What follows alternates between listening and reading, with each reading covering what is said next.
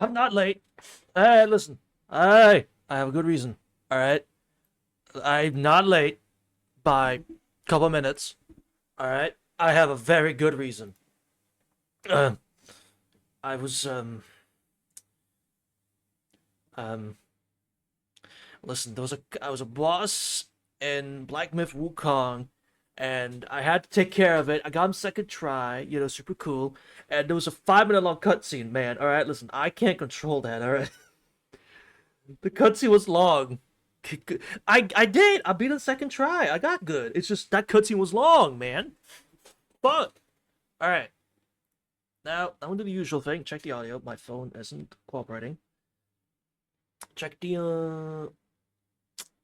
audio on from the stream, and then we'll just go straight into it.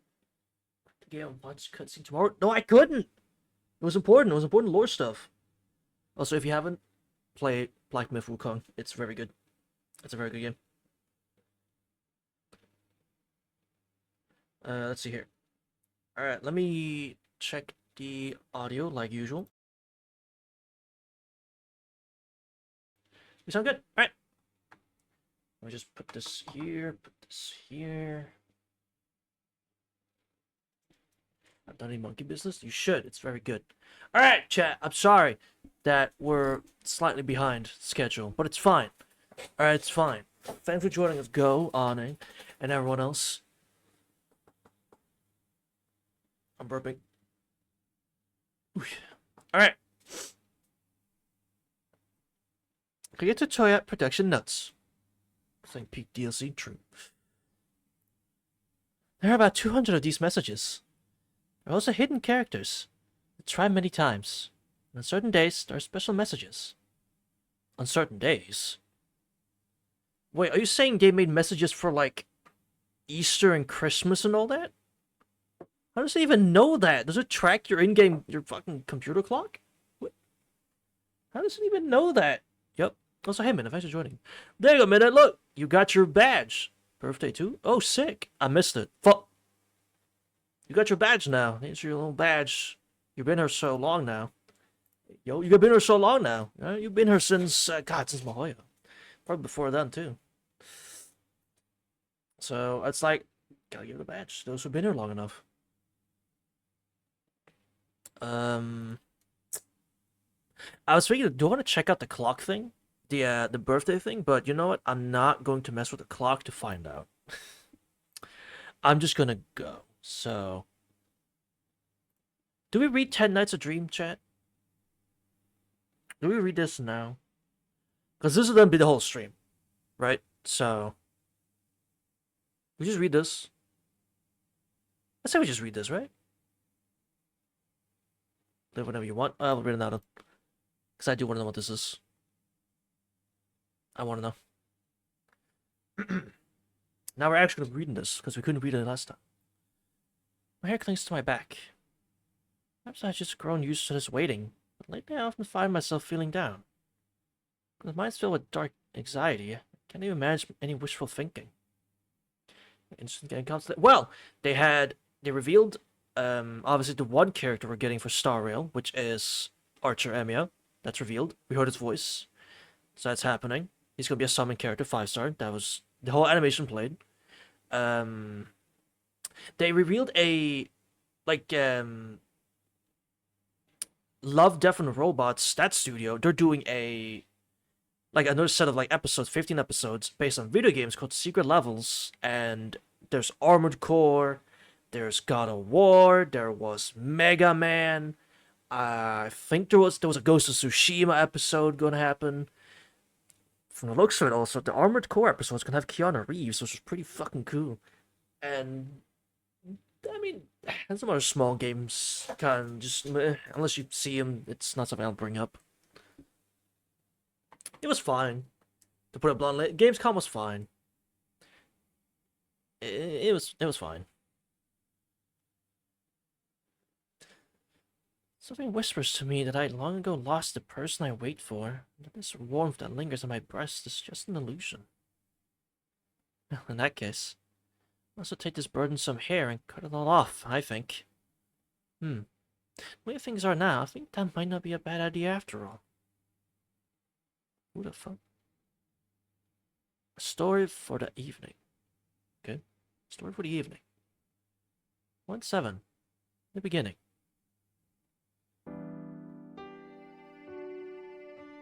Nostalgia go with Emil, hell yeah. And so, I returned to the school dormitory. January 8th. First 3 days of the new year passed in a dull haze, and then 5 more days, until this day. The day of the dormitory opening finally arrived. What a fun of these first and last days of changing calendar. Isn't that not just the temperature, but the calendar too has frozen solid. So the march of time has slowed to a snail's pace.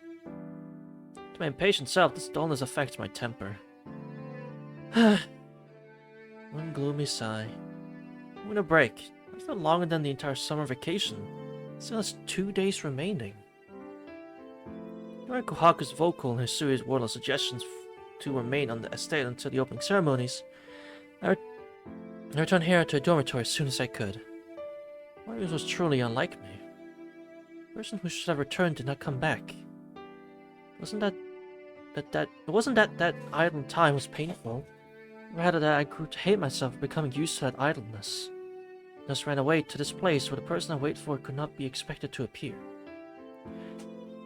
Wait, so this is Akiha, obviously, and it's... Shiki didn't come back? Is this like a what if? Because he did come back. So I don't get what... He did come back, though. I truly unlike myself. Yeah, but it'll be... Okay. Looking down the moderately new, but still old-fashioned hallway. This kind of private girls' academy has counted 50 years since its founding.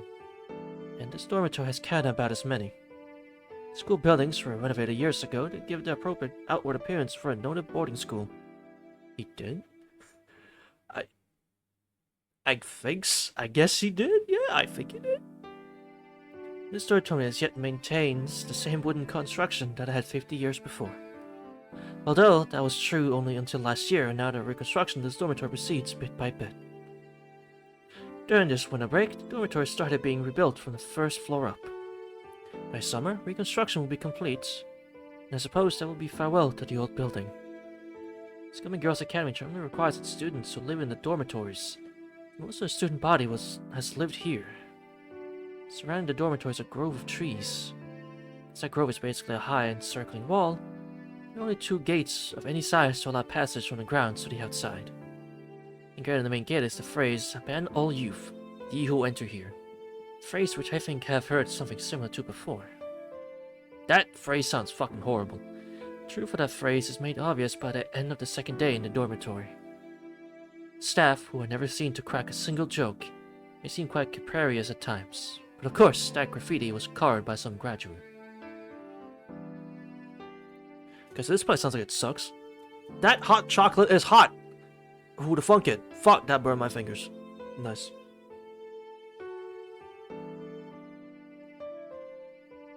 After exchanging greetings with a number of other students in the halls, I arrived at my room. I'm sorry, Akiha? Quick question. Why the fuck do you have teacups on a stool? And this weird bench, and then... a crib bed? I mean, I like beds that do this so you can't, like, accidentally fall out of the bed, even though I never do, but... there's always a chance, but like, why do you have cups on the fucking stool? Do I question Her Highness? You got it, Captain. Student council and student government members with tasks start working today. So there are students scattered throughout the building. Additionally, there are no small number of students for whom being at home is unpleasant and who have fled to school. Because of that, I found my roommates would have returned already, but Soka and Hanpin's bags are missing. So the 2 of them haven't come back yet. Hanpin hates going home, was boasting that she would spend the entire break hiding out in the dormitory. But since I don't see her, I guess that means she was found and forcibly sent back. Pull myself together because I'm skilled at getting along by myself. Sunlight streaming from the window dimmed, as if the room was within a deep grey cloud. Even so, it wasn't dark enough to need the lights on, and to my present self this faint light was quite comfortable. Walking to the window, I reached out and placed my bag on my desk. There's nothing else on my desk. Pretty obvious, since I cleaned everything before the break. My desktop was as flat and smooth as a freshly made pudding. An envelope? Or so it should have been, but there was an obstacle sitting there. An envelope, purple in color. No address or anything else written on it. Bro, she sees an envelope as an obstacle. Bro, who cares? It's an envelope, man. Chill. No address. It should not have been delivered. No return address. It should have been non-returnable as well. That letter was sitting there on my desk. Gray twilight. Purple envelope placed in an unoccupied room. This is a mystery, is it not? I took that purple envelope in my hand. That was one sheet of white paper. What was written there, I already knew. My only wish. I would have put it into words, but instead it has not even a single letter written on it. Just a cowardly blank sheet of white paper. In other words, this is the outcome of a little ritual undertaken on a whim right before winter break. Of course, the person who performed this ritual was me. Thus, this envelope was the one that I myself took to Akiha had sent without addressee, or address. Originally, this should have definitely never been returned. An utterly meaningless letter.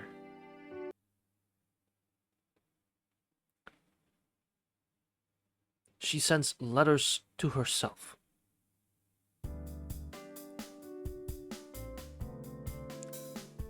Okay. The 9th of January dawned. As classes resume tomorrow, the dormitory has begun to bustle with the figures of returning students. And particularly hurried amongst those students is... Who the fuck are you? Huh? Akiha-chan, you seen my tools? I dropped them over by your stuff right before the break. Akiha's a weirdo, she is. This person, Misawa Hane, nicknamed Hanapen, just now returned to our room. Hane, when you say your tools, are you perhaps referring to that purse in which you store scissors and solder? Yeah, that's it. My precious tools. I thought I had left them with you, but I guess I took them with me after all. I should clarify here. Hanapen is not currently suffering from lack of sleep, nor does she possess any particular wakefulness. This girl is from first to last like this, as if her brain produces nothing but alpha waves, giving her an ability to enjoy life that is inviolable. Oh, so she's meant to sound tired. Okay. Got it. So she meant to sound tired. Okay, thanks for explaining her character to me. I see. If you hurry, you may be in time. Well, the garbage from the break is going to be incinerated, so with luck, you may find it before then. Huh? I don't understand. But Akiha-chan, I think you just said something scary. Not really. It's simply that if I saw some unfamiliar bag atop what should have been my neat and tidy desk, I would have thrown it in the trash. The exact opposite of Akiha. Yes. It really is scary. Seemingly unhurried at all, Hanapen tiddled her head. Then, right now my bag should be in the incinerator? If your luck is good. Should it be poor, would it not only be rising to the heavens? Ha! Akiha-chan, you got even meaner since you got back. I know. You got dumped when you went home, didn't you? Yes, that's exactly right. However, Hane, is this alright? If you leave now, you still may be able to make it in time. It's a waste, but that's alright. During the break, I bought myself some new tools, so that 4th generation can rest in peace. I was stuttering on that one, alright. Relatively quickly surrendering, Hanapen returned to sorting out her baggage. So it's like, oh no, my tools! Anyway, I just have a new set, it's fine. Hane, I think you already know this, but do not place your belongings in my space or Soka's. Yeah, I know. Hanapan responded, and she started to lay out her clothing on Soka's bed. As to why had she put her bag on my desk anyway? It's because her desk always looks like this. Doing her homework on it at night is one thing. Just sitting before my desk and sighing, Akichan's desk is so nice and clean. But sometimes she simply uses it as a place to drop her stuff. If someone's strange bag is dropped on my desk, then obviously it will be thrown in the garbage. Fucking ruthless, alright, fair. Scum Girls Academy is a famous school with a long and proper history. School regulations are very strict, and that strictness is unchanged here in the dormitory. First off, curfew is very strictly enforced.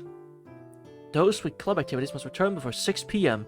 Those without must return by 5 p.m. At 6:30 p.m., all residents line up in the hallway and proceed in order to the dining room. A private conversation is prohibited during the meal. When the meal is over, each grade is allowed a period to use the baths, and the Friends room opens. The Friends room is a large public room that the students may use freely, and they're frequently go here for after-dinner tea and conversation. Since the dormitory is one in which private luxuries are forbidden, the only place that one may enjoy tea is the Friends room. The Friends room is managed by a member of the school staff, but upon request she will provide tea or desserts. There are no restrictions on the number of one may request, nor is there any charge, but with all the surrounding eyes, it is not a place one can feel at home. Those who use the Friends room are mostly the middle schoolers, those first years who have only recently risen from middle school. Second and third years who are used to the dormitory lifestyle usually figured out a number of ways to sneak tea and snacks into individual rooms for private tea parties. Damn, so y'all are, you can kinda, I was gonna say unhinged or whatever, but you're doing the most mild shit possible, but okay. In the dormitory, naturally, various groups tend to form. Once a week, the head of each group gathers for a special tea. Of course, these groups do not get along, so the school culture changes depending on how much influence is wielded in those meetings. And thus, because I am a member of the student council, I have little influence in the dormitory. That the school belongs to the student council and the dormitory to the student government has long been the tradition of the Asagami Academy. The ultimate rule breaking, having private tea parties on the dorms. The horror. I can't believe them.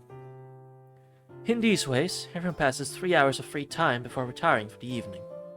If studying, then room lights may remain lit until 11 p.m. But there are a few students who take this rule at face value. They'll say they're studying, but they're not. Dormitory rooms are assigned at 3 people to 1 room. There are special exceptions to these assignments, and the highest ranking students, group leaders, have single rooms. Oh, the humanity of it all! Scandalous! Fucking true. Those who are chosen are thought to have special privileges, and this is one way to show them in this small world of the school. Last year, for only a few weeks, I transferred to another school. Unlike the Asagami's Girl Academy, a school was not another academy sealed away from the outside world, but instead a typical public school. That unled, unordered, and muddled atmosphere was not something I liked, but neither did I dislike it. Compared to that school, Asagami's unusual, anachronistic status was made plain to me, and because of that I had largely lost interest in influence balance within the dormitory. Oh, yes. This may be a discretion, but a cafeteria where students may decide what to consume or a vending machine where one may acquire a drink at any time are absent from Asagami. Those things may be convenient, but their lack is no particular inconvenience. Perhaps I too am an anachronism. After all, I am fond of this environment. Fucking good lord. Having finished my work for the student council, I returned to my room to see that my roommates had finished unloading their baggage. I'm back. So you have returned as well, Soka?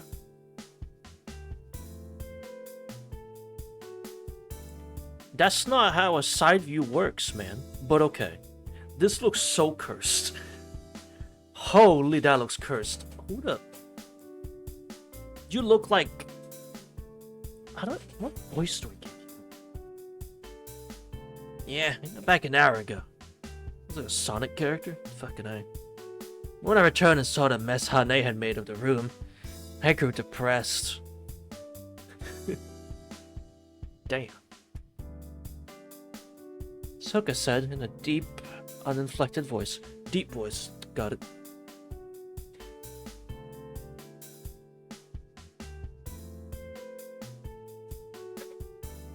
Huh? What?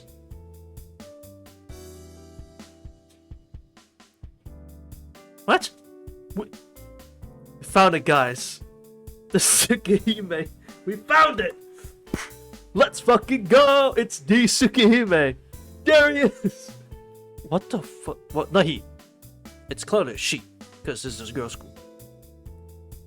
We finally found it! The Tsukihime! Oh my god. We found the equivalent of One Piece. Tsukihime Soka. She seems she's a girl who competes for first or second most unique among the students. And also my roommate. Born and raised in a household even stricter than my own, reaction to that environment has led her taste into a number of unique categories. As a daughter of the affected lord of her prefecture, a daughter of a house of samurai, a daughter raised from that bloodline should wear such clothing makes the severity of her rebellious spirit easy to imagine.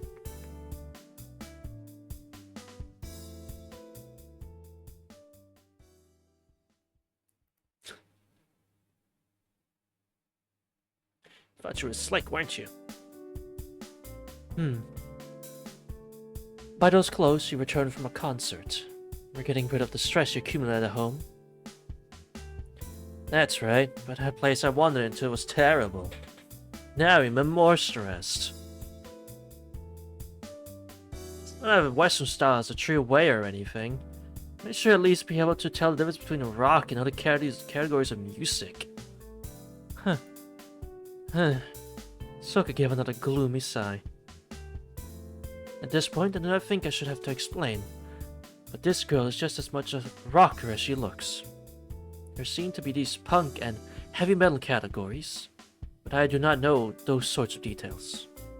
In the first place, back from a concert, I may have asked, but in reality, I've never seen such a concert myself. For me to speak about music at all is rather presumptuous.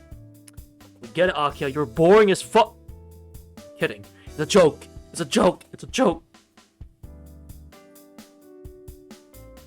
She'll learn bass music eventually. So it seems like both of us are depressed then. Yeah, but the causes of mine are not as deep as yours.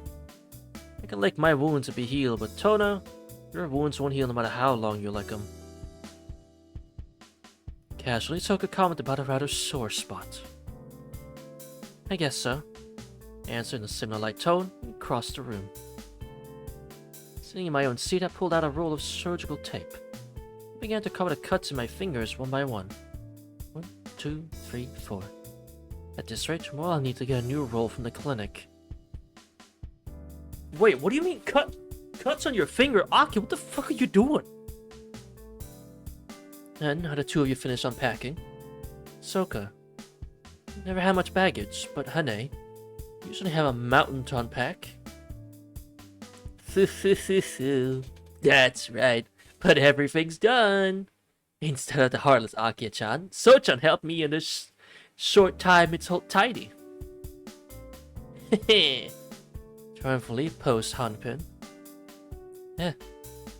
Soka, you're so nice. Though you had only just returned, you were already looking out for Hane. I couldn't do that. Yeah, that's true.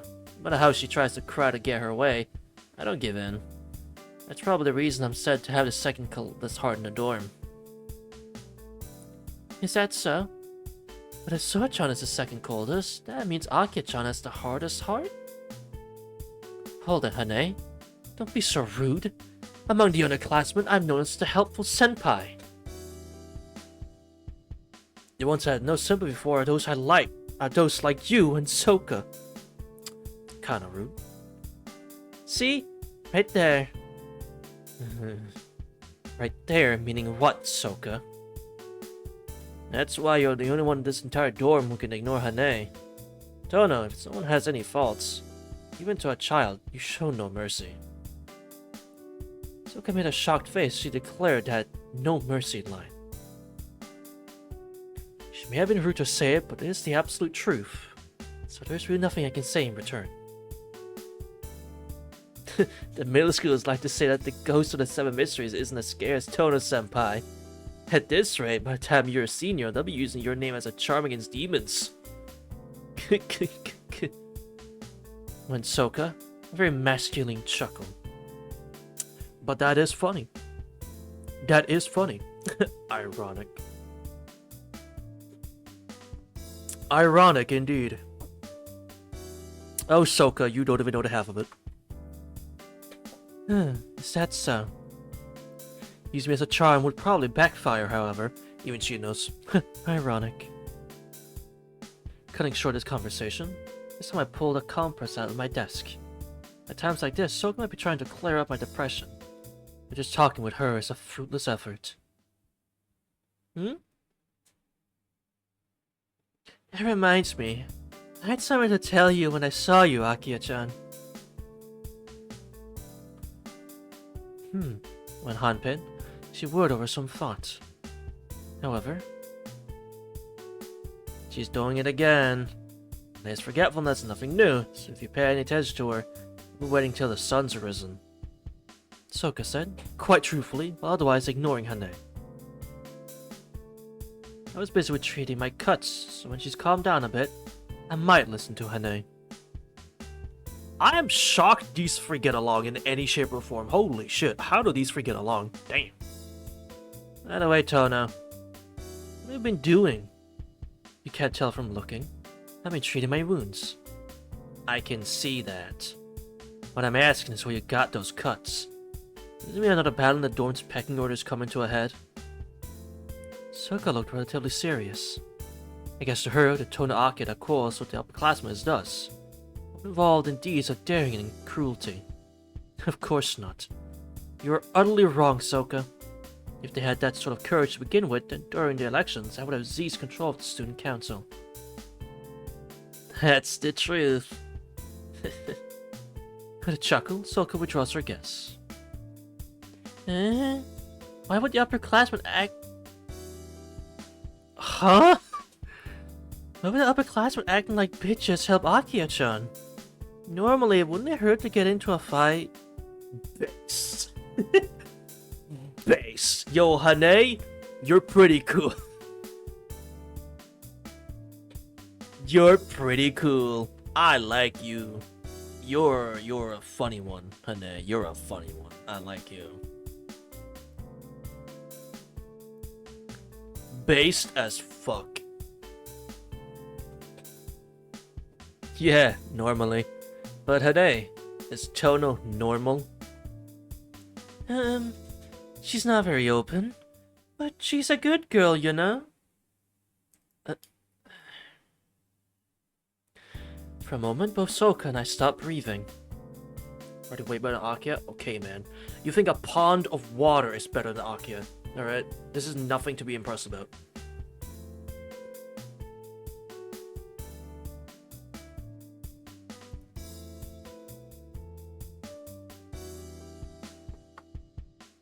People in the storm say Hanapin has no equals. This is exactly what they mean. In Dorn's power struggles, Soka and I are amongst the strongest. However, when faced with Hanapin, even the strong lose all malice. Well, yeah, maybe. Well, you know Tono's more hot-tempered than most people, right? That's why if someone else picks a fight with her, she'll beat him to a pulp. Understand? Oh, I get it. Akiha-chan won't stop until she's satisfied, even if her victim is begging! Yes. See? But Tono isn't foolish enough to start fights herself. She isn't afraid of rough politics, but should it come to that, he's got to keep the conflict on the ground. This gives a semblance of peace, but the facts are so muddled that figuring out the real situation is a pain. Take too much time, and until some sort of peace treaty could be reached, There's neither a victor nor a loser, which makes the hierarchy too difficult to understand. That's Soka talking. Damn, you're saying a lot, man. Fuck. Let's get the sounds of peace, but the facts are so muddled that figuring out the real situation is a pain. Take too much time. Until some sort of peace treaty could be reached, there's neither a victor nor a loser, which makes the hierarchy too difficult to understand. That's the reason that although Tona would have won, she's not the student council president. She's a woman not man. Shut you! I use man ambiguously. Come on, man is an ambiguity way of using the word man. Come on now, you understand this minute, please. Akiha-chan is the vice president, right? Right. Tona's been opposing high schools ever since middle school. That's all just to tempt them into coming after her after she entered high school. She expected the upper class would try to use force to pin her down as soon as she entered. It turned out to be nothing but cowards and all talk. In the end, though, all they did was complain about her, so she could only run for vice president rather than president. Why is that? If the upper classmen weren't going to stop her, why didn't she run for president? That's because until they did something, she couldn't force so much of a transition of power. A power struggle is a savage but easy to understand relationship. Using straight conflict rather than propaganda and innuendo to snatch control would result in fewer future problems. That's what Tona was trying for. But the upperclassmen just kept dancing around a fight, even now kept up the backbiting. Let me make something clear.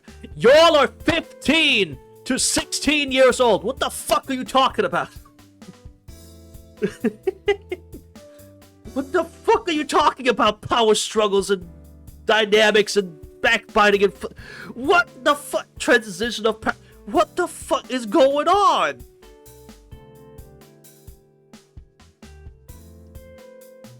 So anyway, next line. Right. Has Soka's eyes as she glanced at me.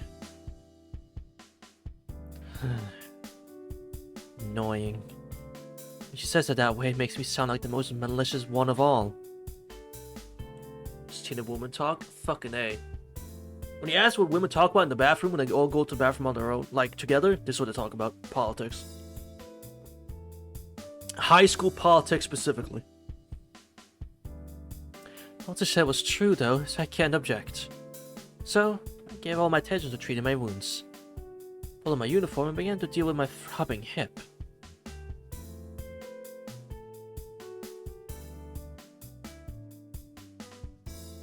TMI, Akiha. TMI. Just saying. TMI. But okay. Huh. I feel Soka's shocked stare. Politics, true crime, or talking smack about someone. Yep. Even hell freeze is over, huh? Well, doesn't bother me. I'll go around showing those sorts of wounds in front of the underclassmen. Destroy their image of the invincible Tona-senpai. And next year, you'll have no power in the student council. It'll all be your own fault. Soka shrugged and turned a highly exaggerated, shocked look towards me. How heartless, Soka. You can see from this red skin that your roommate is suffering, and you act like you don't care. Are you not even concerned over how I received such injuries? Crossing my arms, I glared at her. Soka quickly responded, No. This time in her normal tone of voice. If it was someone else, then I might be concerned, but for you and Hane, it'd be pointless. Me? I'm worried more about the person that hurt you. I'm just asking as a friend here, but you didn't kill them, did you? Hold it, Soka. How can you say that with such a serious look on your face? How rude. I would never do something so uncivilized.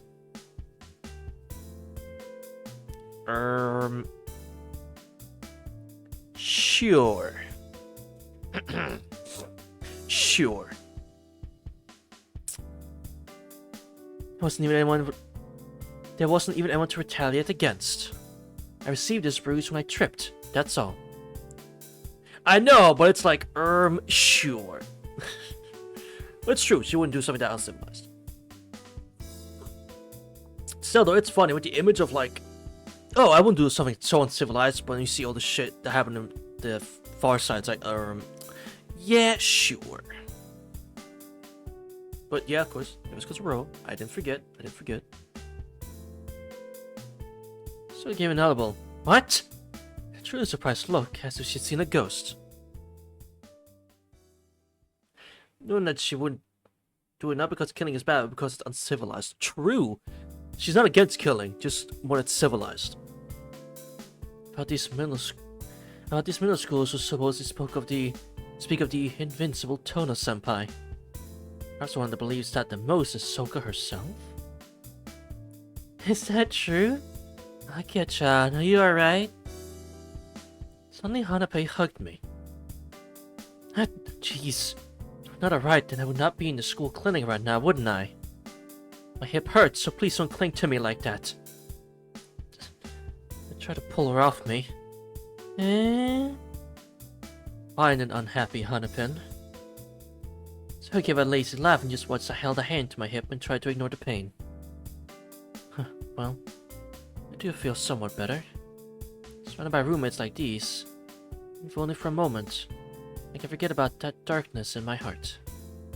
Well, that may have been exactly what I was hoping for when I chose to return early. Good for you, Akiha. You have some friends. And good friends at that.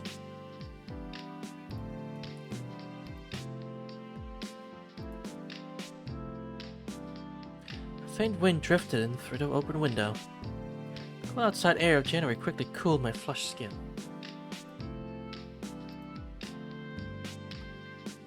The thin film of water that condensed upon my still warm skin felt pleasant. My roommates did nothing but complain, it's cold, it's cold. This isn't loud, right? It's loud for me, but it's not loud for you guys, right? No. It's not loud at all, actually. Yeah, you're good. I should have turned mine down. After dinner, after returning to our own room, a room from the common bath, I began to towel off my still damp hair. Excuse me, is Tona-san here? Someone knocked on the door. I didn't respond, but rather continued to stare out at the window into the cold wind and dark of night. She's here. She's spacing out, but if that's alright, then come in. Soka responded for me. I saw the door opening. Excuse me. Tamaki's familiar voice. Ah, it's Tamaki-chan. What? You gonna bring me some candy? Yay! Hanapin's excited voice. Sorry, the manager. Please ignore that little joke. Anyway, since your target is like that, I don't suppose she'll be helpful. Soka's disinterested voice. Cautiously excluding the speaker from my sight, I played with my hair and stared at the night. Huh? Was Tona-san always like this? Recently, yeah. Gets worse day by day, but tonight seems especially bad. As if she were a girl in love, right? It's true. Tona-san didn't seem to be the type to stare out the window in Inui. Rather, doing that sort of thing seems like an ill omen. Tamaki, I can hear you, you know. Then with my gaze, I spoke. She is conscious! In that case, let me get to what brought me here. Tona-san, there's Shido-san in your class, right? Akiha has been emotionally unstable ever since she came back. Roommate has been complaining that ever since yesterday she's been acting strange. Rooms are under my jurisdiction, but the school side is yours, right? It will be inconvenient, but would you please keep an eye on her there? That sort of business, huh? I sighed in my heart. Right now, my hands full taking care of myself. I cannot keep ignoring things now that I've returned to school. So I can return to public school and then return horribly depressed. Sucks to suck. Crazy! That's fucking nuts. Maybe you should have stuck to public school. There's a clear sign that private schools are terrible. I say having had one bad experience. Although in the first place, the dormitory was left to Tamaki so that I could concentrate on the student council business. She and I were friends back in middle school, and were in fact on the student council together there. How would Nasu do this? What inclined Nasu to make private schools seem like garbage? I'm curious. I wonder what led him to make this decision. When we entered high school, she chose the student government. In other words, the dormitory hierarchy, and together, hand in hand, we would change the foolish customs of this school. The student council and the student government still don't get along, but Tamaki and I, at the top of each organization, cooperate in secret, so giving or receiving requests or advice like this is quite normal. I understand. I'll do it. See number 8, Shijo Tsukasa-san, right? Keep an eye on her starting tomorrow. Akiha-chan, Tsukasa-chan's number 9, isn't she? I'm number 10, she sits right in front of me, so she'd be number 9, right? For some reason, dropping her work to the desk, mine, of course, Hanabin corrected me. Oh, that's right. I really don't care about Shijo-san, so I had forgotten. Dang! I don't give a fuck about this person, so you know what, thank you. Dang! Accepting my mistake, I respond to the air. Hey, what's wrong? My partner Prince has lost her spirit. Shijo-san catching strays, fucking hell. Seemingly concerned with my absent-mindedness, Tamaki nudged Soka's arm. Dunno. Since she came back from home, just taking a bath has been enough to make her go flat like this. She'll be back to normal by tomorrow, though. Don't worry about it. Unconvinced, Tamaki withdrew.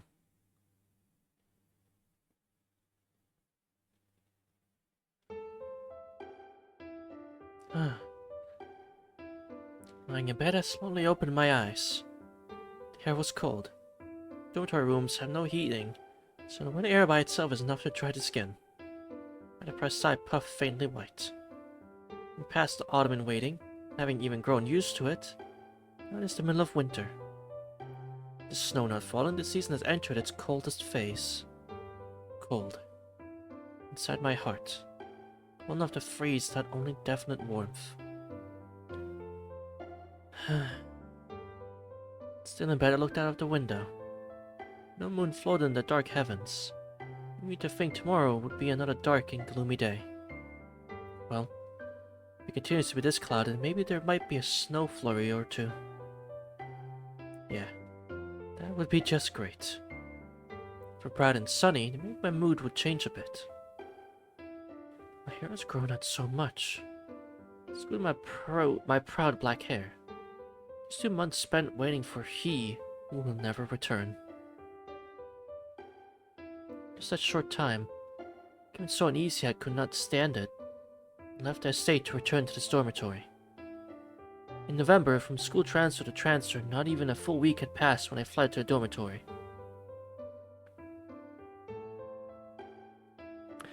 Pelosi gives a fuck what anyone around her. Well, yeah, unless your name's Kohaku, Hisui, or Shiki. She doesn't really fucking care. She really doesn't. Even then, Kohaku and Hisui is like a maybe. At times. Even so, every weekend I would return to the mansion. And it's when the break I went home as well.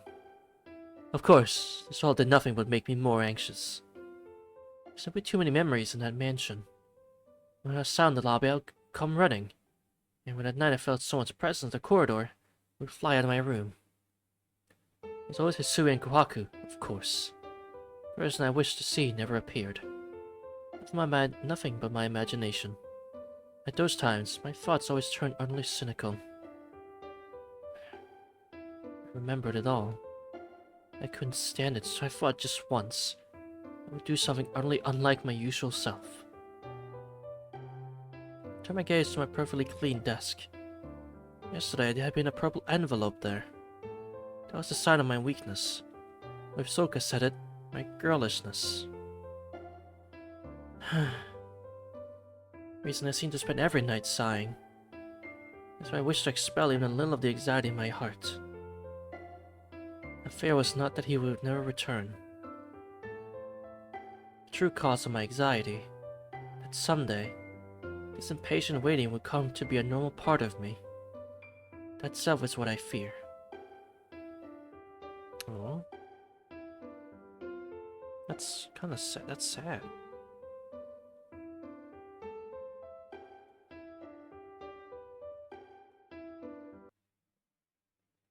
It's depressing.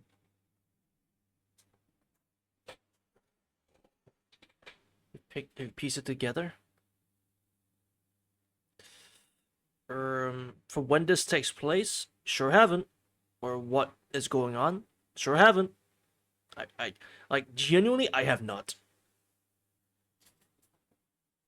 Unless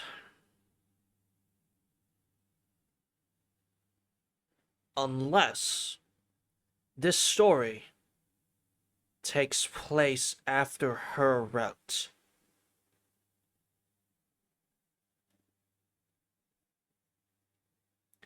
Okay, that's... Oh, fuck. That's even worse. Oh, fuck. That's even worse. Oh, shit, that's even worse. I'm so sorry. It's supposed to enter into the main story. Troubles are troublesome because they give no warning. In the end, you can prepare no opposition. Yeah, that's... So we're in, like, the most depressing timeline. Alright. We're in literally the most depressing timeline. Okay. So wait, are you saying... Hold on. That makes it... Hold on. Are these side stories going to be things after the different routes? Is there a Hisui one? Please tell me there's a Hisui one. I on my knees. Fuck! Anyway. There are many problems that should be left alone. Solve themselves. There's a Hisui one, but you'll see. As long as I know there is a slight Hisui one, I'll take it. Many people think it better to solve them quickly. It will end anyway. I'm gonna finish them sooner. That's an opinion I share, and thus I act. However, before that, one more thing. It's Mega Peak. See, there you go. I would like you to keep in mind that to finish off these problems does not mean solving the problem. It's simply bringing them to an end. Yeah. Oh god, your hair is down, and you look very different. Don't know. Got a guest outside. Class is over and just returned to my room. Soka, similarly arrived, told me. A guest? For me? More from yesterday, I think. And they're into the room. 5%. 5%.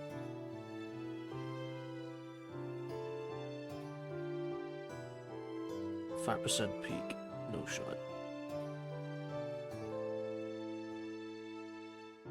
Soka opened the door, said, okay, into the corridor.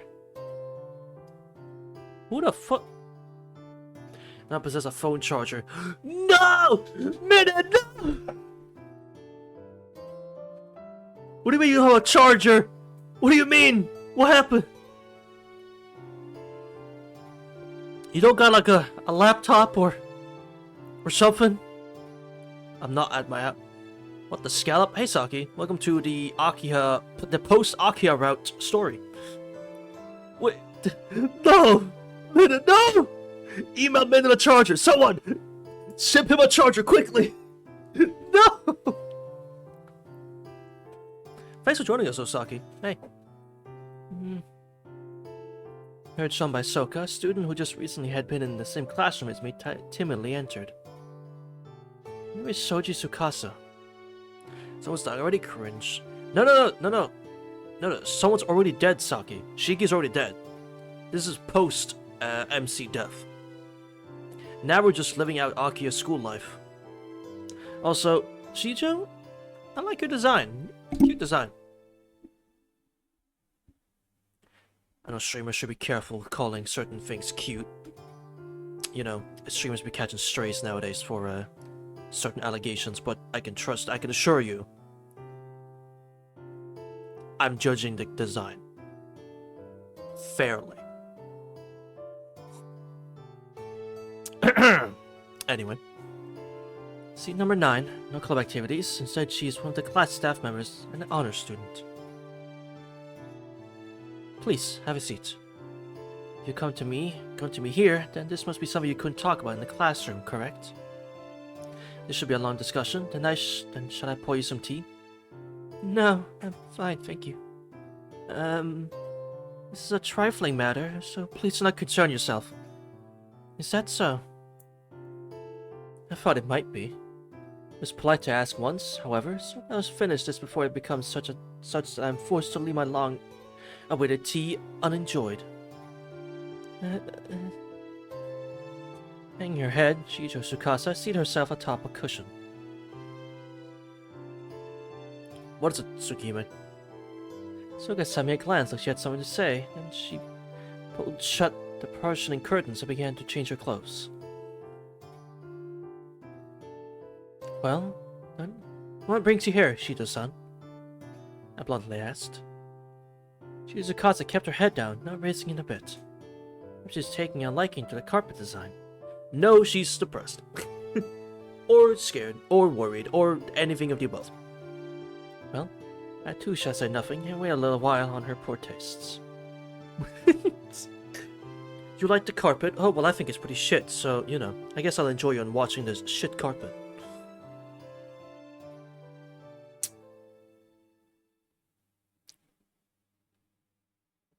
Thus was we passed exactly 5 minutes and 20 seconds. Tono-san? You know about the 7 mysteries of the school? Shizukasa said, as if to pique my interest. I've heard the rumors. Broken phone in an empty room in the dormitory or the balcony of the school building, those sorts of things. Oh, yes, in the postal box in the rear courtyard. Yes, that one! Tono-san, do you know about the story of the mailbox? His voice was rough, almost possessed. Though I knew, I shook my head. I see. No, you wouldn't have any interest in those things, would you, Tono-san? Yes, sorry. However, it seems as if they were some sort of meaning to you. So your business has to do with the story of this postal box? Shizukasa again lowered her head. This time she did not remain silent, but head down began bit by bit to tell her story. What a weird girl. If I disconnect for a second, huh?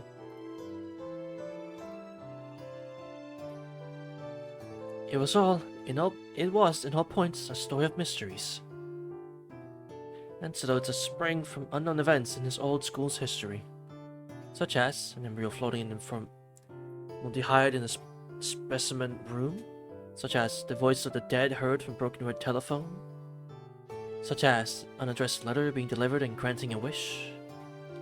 Shizukasa's story was, among those, one of the relatively quieter ones. One of those 7 mysteries that even now certain students use as a fun diversion. A rather embarrassing story. This will do as a summary. There are places in the dormitory where the mail is delivered. Remnants from the school's founding, there are mailboxes at either end of each floor, adjacent to the reception desk, in the courtyards. Pretty much walk for a little while and you will run into one. Among those, the mailbox that is said to be the oldest is the one in the rear courtyard. How this story even began, I do not know. But supposedly, using a purple envelope, let the sender's name or an address on it, put nothing inside but a bag, and a single wish written on it, and drop the letter into that mailbox. Sort of thing you did, Akiha. Then, should that letter be returned to you 7 days later, in exchange for something important to you, your wish will be granted. Uh-huh. Sure.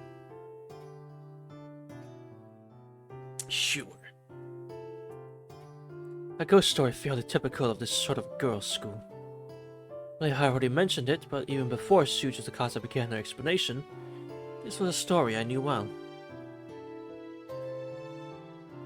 After finishing her explanation of the 7 mysteries and purple mailboxes and such, Tsukasa once again fell silent. So, in summary, Shijo-san, your letter was returned. Huh? Body jerked.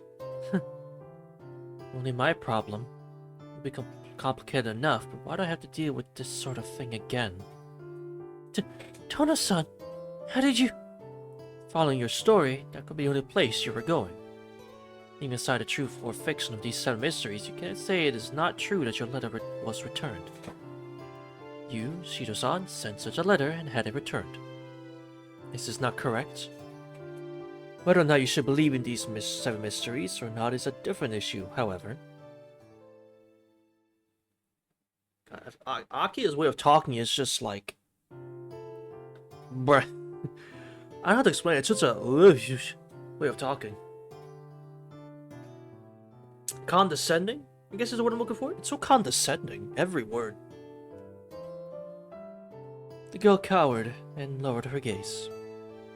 It seems as she truly believes in the story of the purple envelope. I see. And this is why your behavior has been strange lately. Listen here, you uneducated plebeian. You think these 7 mysteries are true? Even real? Really? Wow, you must be dumber than I thought. But it's funny. It's fun to talk that way. It's fun. I'll give it that, it's fun. But she talks like she fucking despises you at every word. Which... yeah, that's Akiha for you. Shijo-san, in the classroom you were a much stronger person. So, I may not match your image, but I believe I understand. You had become this timid, and a number of days must have passed since your letter was returned.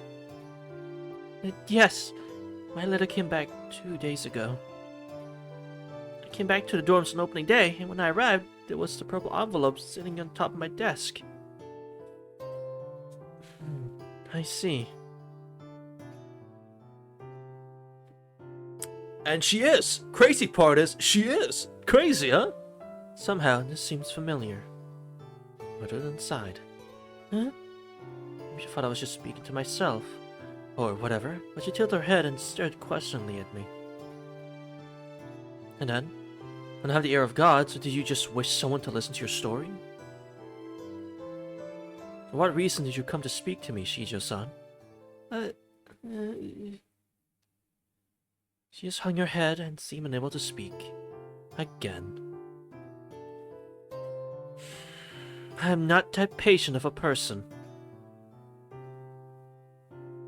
Normally, dealing with someone like this would have me yelling already, but this time things are slightly different.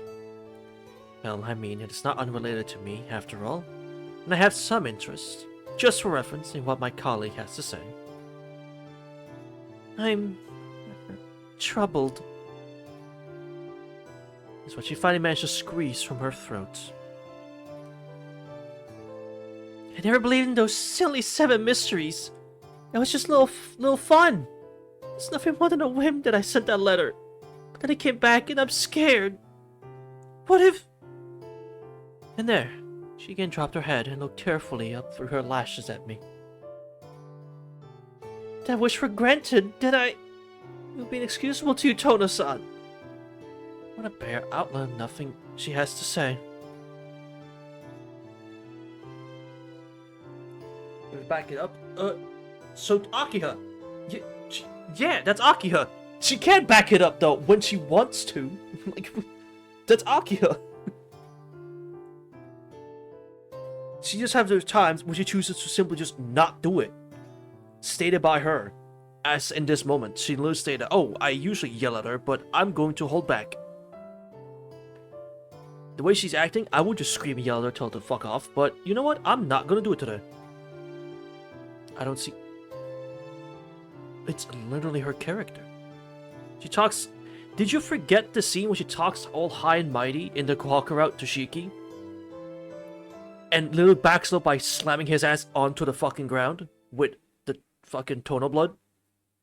Did you just not watch that scene? She literally has Tono crippled to the fucking floor?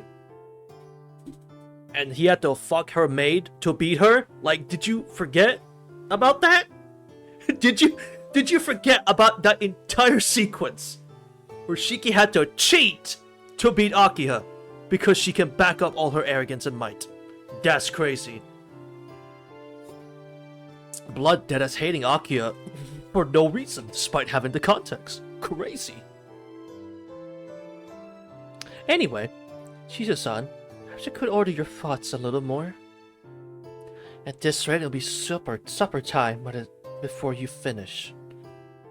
I thought that it would be wonderful if only she disappeared. Just that stupid, meaningless thing is all that I wrote, and yet that it might come true, I didn't know. Jeez, this girl. Then starts talking, but doesn't listen to at all what I ask. In other words, it's like this. Shizu-san, you returned on opening day and found a purple envelope sitting atop your desk. Previously, before the vacation, you had placed a letter in the mailbox in the rear courtyard. In this letter, neither our address nor sender was returned to you. And the inconvenient thing is that this letter's contents were that you wished for a certain someone to disappear. It was to be just a little fun and has turned into this problem. Therefore what? Oh, therefore what? I had summarized this far, but can only think of no words to continue. Yes, that's right. So I thought you might be able to understand. Ah, that sort of thing, then. Stop being dry. You got it, man. Thanks, Saki. You feel bad leaving things as they are. You would like to solve the mystery of the letter before the destined 7th day? That's all it was, and she showed you straight out said so. That way, this topic could have been finished in just a few words, leaving behind this other waste of... What? Wait a minute.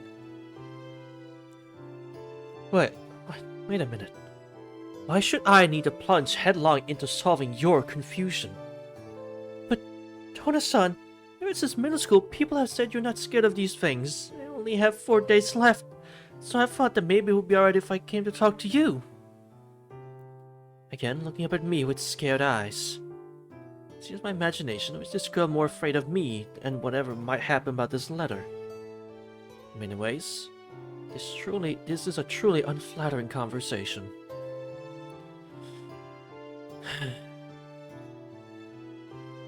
Myself silent, arms crossed, her cringing and staring up at me. Another sigh. This will never bring the matter to an end. And more than anything, I'm not completely uninvolved. Just 4 days left, she said. The 7th day after the letter returns, your wish will be granted. That's a common version of the story. Following that version, then she, and I as well, will have our wishes granted in 4 more days, in exchange lose something valuable. Of course, that's only if these 7 mysteries truly are magical charms of some sort. Alright. Then I shall investigate. I believe that this is merely a prank by someone, as if the culprit is found, and you should be able to relax. Yes. Yuzukasa rose, ghost-like before more, then turned and sluggishly left the room. She had been depressed when she had entered. When exiting, she seemed twice as grim. What is wrong with her? She can't force me to listen to her. The least she could do is look a little relieved when she leaves. Akiha? You're not wrong. You listened to her story, but you could have been a little happy about it that you listened. And said you'd help her out. Well, that was a rather unusual story after all. Pulling the curtain aside, Soko stepped out. Nothing but a single sheet of thin cloth between us. I am sure that my conversation with Yuzukasa passed clearly through. It's a good thing Hane wasn't here. If she'd been here, there's no telling what strange direction the conversation would have gone. Huh. Now that you mention it, that is a godsend. Although, where did that problem child go? She has no club activities. I would have expected her to have returned before me. Who knows? Probably she's been given another job to do by the upperclassmen. As she got back to the dorm, she seems to have been buried in work. Did she ask you about her tools? She did. Those seniors are truly making good use of Hane. They know her personality and won't let her refuse them. Now to take advantage of her is annoying me. I'm going to go retrieve her. Don't bother. There's only 3 months left, so picking a fight with the upperclassmen at this point would be a waste. Hane likes what she does. There's no reason for you to get officious. I know that. It's just I can't stand the rotten personalities of those seniors. Maybe Hane is being deceived into volunteering. Why are you looking at me like that? Nothing. Just that, Tohya, inside you really are overprotective. To strangers, you're coolness itself. But to your allies, you're excessively soft. That'd be the reason student council staff was so attached to you during middle school, huh? Unless you were their beautiful, reliable older sister figure. Be quiet! That was most annoying to me, so don't speak of it. What? Sorry, it just slipped out. A mocking laugh spilled out of Soka. Huh. Thanks to her, she's made me remember what I wish to forget. Being considered reliable is fine, but I dislike having people become attached. Despite that, I had to deal with all the new middle school staff members tagging along after me, which was quite troublesome. So, taking up Shijo's troubles. You said you'll investigate the 7 mysteries, but do you actually have a plan? If I didn't, I would not have gotten involved. However, there is one thing I'm stuck on, and I would like to understand. What are you stuck on? The question is, why would she come to me? It's not as if I have ever been particularly close to Shijo-san after all. Akiha, you know what? That's a good question. You know why she's coming to you? Because you're known as the invincible Akiha Senpai. That's probably why. Right? What are those salt chips? Are these even edible?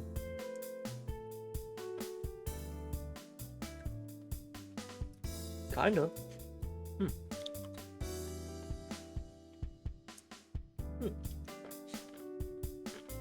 Kinda edible. Crunchy, as it should be. Kinda edible.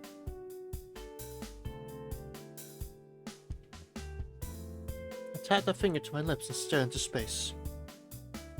When I did so, Soka swallowed some words and then gave a short laugh. Shijo made a wish for someone to disappear, so when her letter really came back, she was surprised, right? Causing someone to just disappear due to your own playful wish would leave a bad aftertaste. So the first thing to do would go talk to that person that just might disappear and warn them, right? I get we just ragged on her like yesterday we ragged on Shijo-san. I get that. But like, what the fuck? What the fuck? Why me? Wait, you mean in other words? That's right. You. Fucked up. I slapped the microphone. I'm sorry. I apologize. Genuinely fucked up. Like, what the hell? Speechless.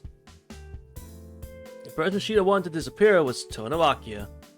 Even so, you took up the cost of explaining one of the 7 mysteries, just so you'd gather anyone to your breast. Even if those breasts are flat as a board. When unbelievable words, Ahsoka added to that, then kept laughing. That's the second time someone points out she's flat as fuck. Again, fucked up.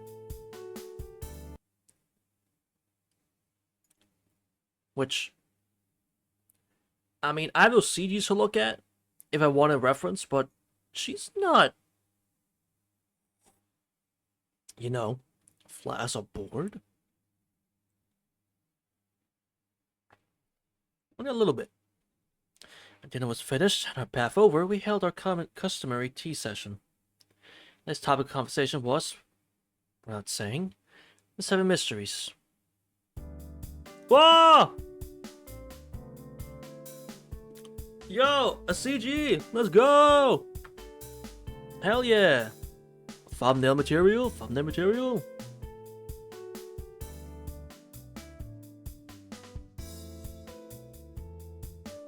Look at him go! Look at Hana in the back. Hell yeah, she having fun.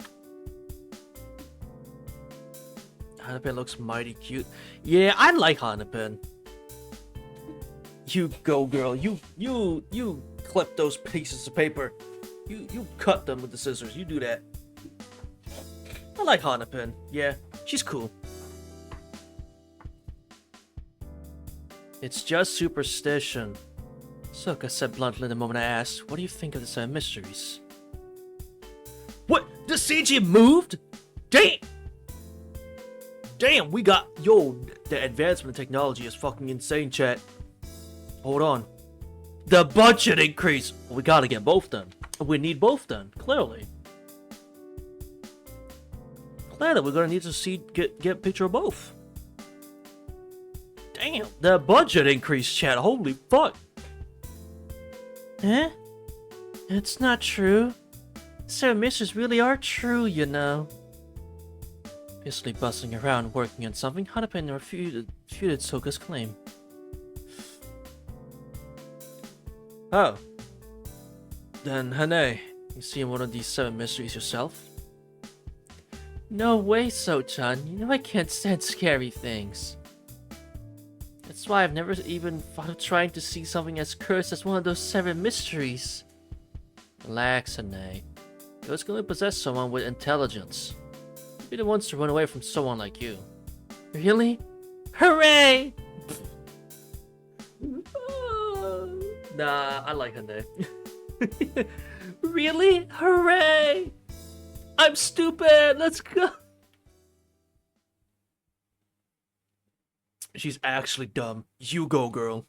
You go. Hane, I declare you a good character.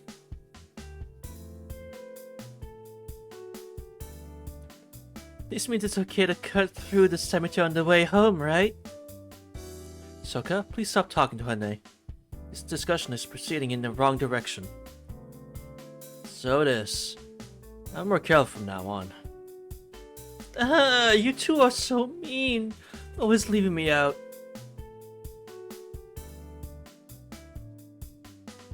To be fair, it wasn't Aki who commented on that. That was Soka.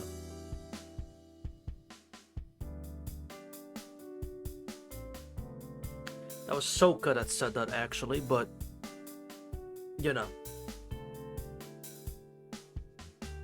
And plus, you might not know, but I know for a fact, she's not a cardboard box there, right? I know this for a fact. I just stare at those damn things for like an hour or two combined, like when I did those goddamn scenes, alright? I would know. I wish I didn't, but I would know. Well, that's fine. After this, even if you beg me, I won't help you, because I'm busy with all this work the teachers gave me. Snip, snip went Hanapen's scissors, cutting some colored paper. So, all this stuff is class staff work. So, what do you think, Tono? It's otherwise to Shijo, but do you believe in these ghost stories? In truth, I do believe, because I am one of those people. Well, yeah, no shit.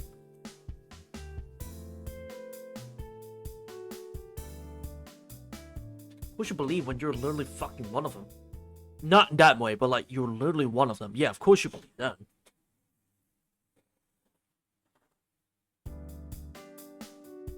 Well, those that know that, should the proper mechanisms be prepared, curses and charms may be invoked. However, absurd. Verbal envelopes or whatnot to exaggerate the stories, nothing more. Right. School has a long history, but this sort of bloody past simply could never have happened. Not even a single ghost having ever appeared, such a thing simply could not be. How unusual. Soka actually spoke like a girl for a moment there. So, Soka, share the same opinion as me? Of course! She was talking about cats flying in the sky or hearing the voice of dead people. Sending a letter with no return address would be a bother, since you don't know who to return it to. If you could get past the problem, it's a prank anyone could do. It's no mystery or anything at all. So, then, tomorrow, when I begin to investigate Shijo's Tsukasa and that mailbox, naturally the answer will be revealed. Without a doubt. Soka nodded. Hanpen was still objecting. They're true! They really are! And working with her scissors. By the way, Hane, what are you making? This? You shouldn't be surprised. Like Akiha-chan and So-chan. Hanpen proudly puffed out her chest. Well, certainly could see something vague in a person shaped in the colored paper pieces she had glued to the cardboard. And about that, she had written, "This is the student council room" in block letters. Well, no, it's not she's unconcerned, it's just she's left out. She tried to join in, but she doesn't believe... She believes in ghosts, therefore she's not connected to this conversation. She is just simply not partaking, or allowed to partake. Soka and I worriedly looked at each other. I don't know who asked Hanpen to do this, but our faculty members must either really like jokes, or has something wrong with them. And I'm not certain which is true. No, CG. Search.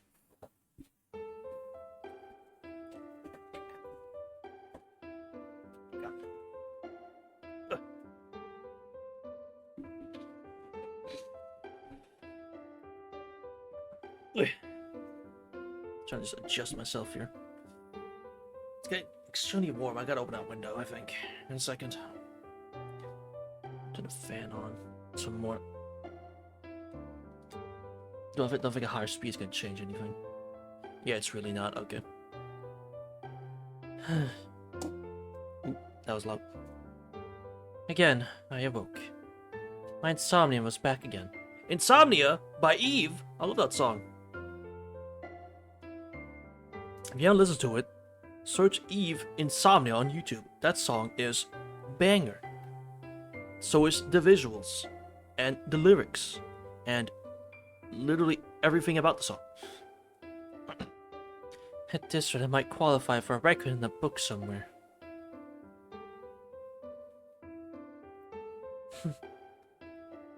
My hands full taking care of myself. What a pain. I muttered and I remembered Soka's words. You're cold to strangers. That is certainly true. So would love letter better? Incorrect. I'm just that sort of person. Actually, if he hadn't been there, it would be cold to everyone.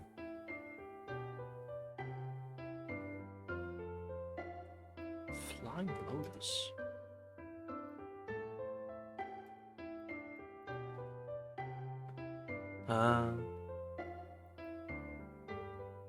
Black Gold by Flying Lotus. Kinda cream. I always had that coldness in me.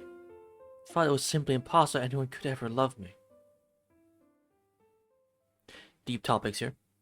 But then, when did I start to enjoy being with others and sharing our troubles? I didn't want to be hated, because I inherited a tonal blood. No matter what I did, I could not be like others. It was pointless to try. No matter how I tried to smooth things over, I could never be the same. And I would accept my differences and build a wall between us. That's how people like me live. With it, we know to protect ourselves. But I never wanted to be hated. That's why I, even my normally cold self, act like him occasionally. Not that if I could laugh with others and make others laugh, then at least I would share the same feelings. So I began my disguise. The disguise was more pleasant than I had expected, and before I knew it, I had lost track of what was acting and what was truly me. And before I knew it, I had become this Tohya Akiha that others know. I am myself, after all. That coldness is me, which I thought was my strength, but inspection might actually be rather warm. Upon inspection. Even so, I could ever learn to feel the warmth of others is all because of him. To me, Tohya Akiha, he is my irreplaceable other half. Should I ever lose him, I'll probably return to the cold, perverse self from long ago that knew no other way to live. That's why, seduced by my own weakness, I sent that letter. I made a purple envelope, left my wish to incubate in that mailbox. But in the end, I couldn't think of it as anything more than a simple prayer. So I did not write a single word on that paper. The envelope's contents were just a blank sheet of paper. Some mysteries were true. The curse of purple letter was real. People must think Tohya Akiha is to be a truly cold person. When the letter was returned to me, I began to think. An empty wish. Unwilling to ask for anything, yet still bothering to wish. Maybe convince God to return the letter to me as a punishment. How girlish. Put my fingers through my long black hair. Just sleep already. I only managed to doze a little rather than truly sleep. Even that is better than leaving my eyes open. The room creaked. Dry cold winter air warping the wood of the dormitory. Amongst those noises, I suddenly thought, even for something precious, your wish is granted. The only thing precious to me would be him. But to lose him in exchange for having him returned to me. That sort of contradiction would be impossible. Then, perhaps what I would lose would be my life. Perhaps this black hair. After all, in ancient times, they used to say that a woman's hair was her life.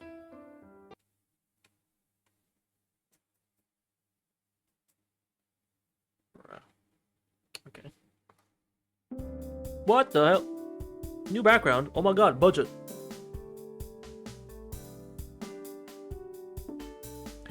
The morning classes ended uneventfully. The fourth period was an elective period, so the classroom was quiet. Students who remained in this classroom were those studying modern economics and business.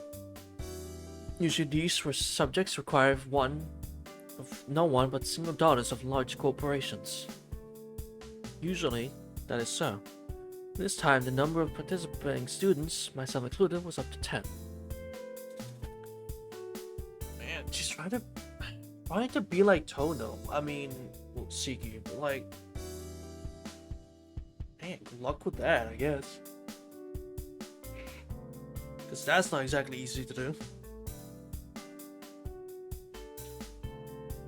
This has certainly helped me feel more and more bad for Akiha, I'll give him that. Fucking give him that.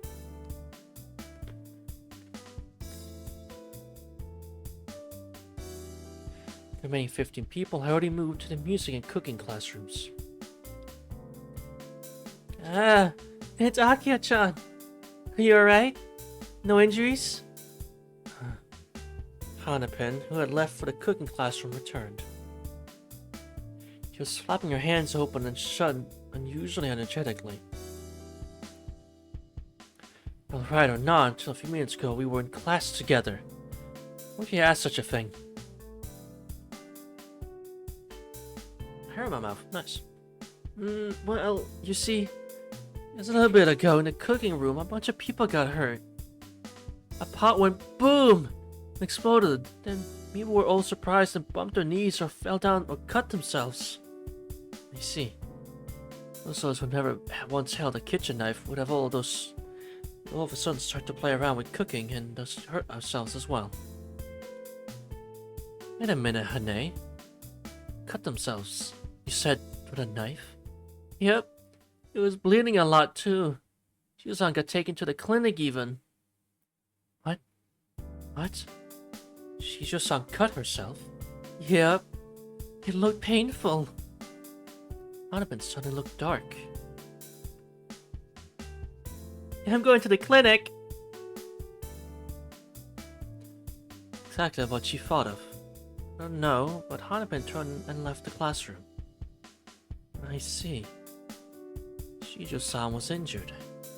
Muttering, I looked to my own hands. 5 bandages wrapped around my fingers. Not that I meant anything, but I too had endured constant bruises and cuts ever since I returned to the dormitory. 5 cuts and bruises. 7 days. I'm not into superstition or anything, but like, I'm just saying. Thinking emoji. Afternoon classes ended, and I at once returned to the dormitory. I faced to look at it, the school building, but the first thing to do was to check on the mailbox. Shared injury? I don't know. Maybe. The dormitory is about a 10-minute walk from the school building.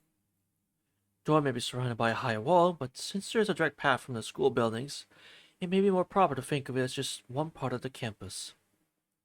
Students who entered Asagami Girls' Academy spent 6 years of their youth in this isolated space. Although myself, who returns to my home every weekend, Soka, who leaves when the whim takes her, and Seo, who, despite her obedient face, really breaks curfew and overnights outside, are probably in a special category. Seo? Yeah, where is she? Where's Seo Akira, bro? Can she come back? It's gone. The mailbox was not in the courtyard. It was certainly there before winter break, but that old wooden post box was gone without a trace.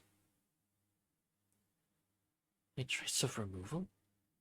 I started investigating the grass, but having been here only once before, I did not know even what a mailbox had been. It'll be wild. Yeah, would you be cutting curfew? Excuse me. Yeah, RFI switch. Can we cut the incantation no more? Just don't play online then? You can easily get out by just not playing online or just not interacting with it. Very simple. Searching like this almost makes me wonder if that mailbox ever actually existed to begin with.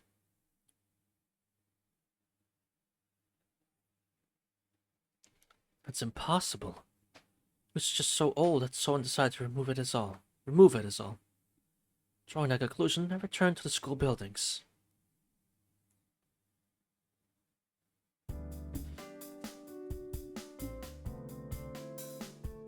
Oh god, I would itch in my leg and I can't get rid of it. No one was in the student council room. Since the break had only just ended, and since no meetings were planned till next week, this was not unexpected.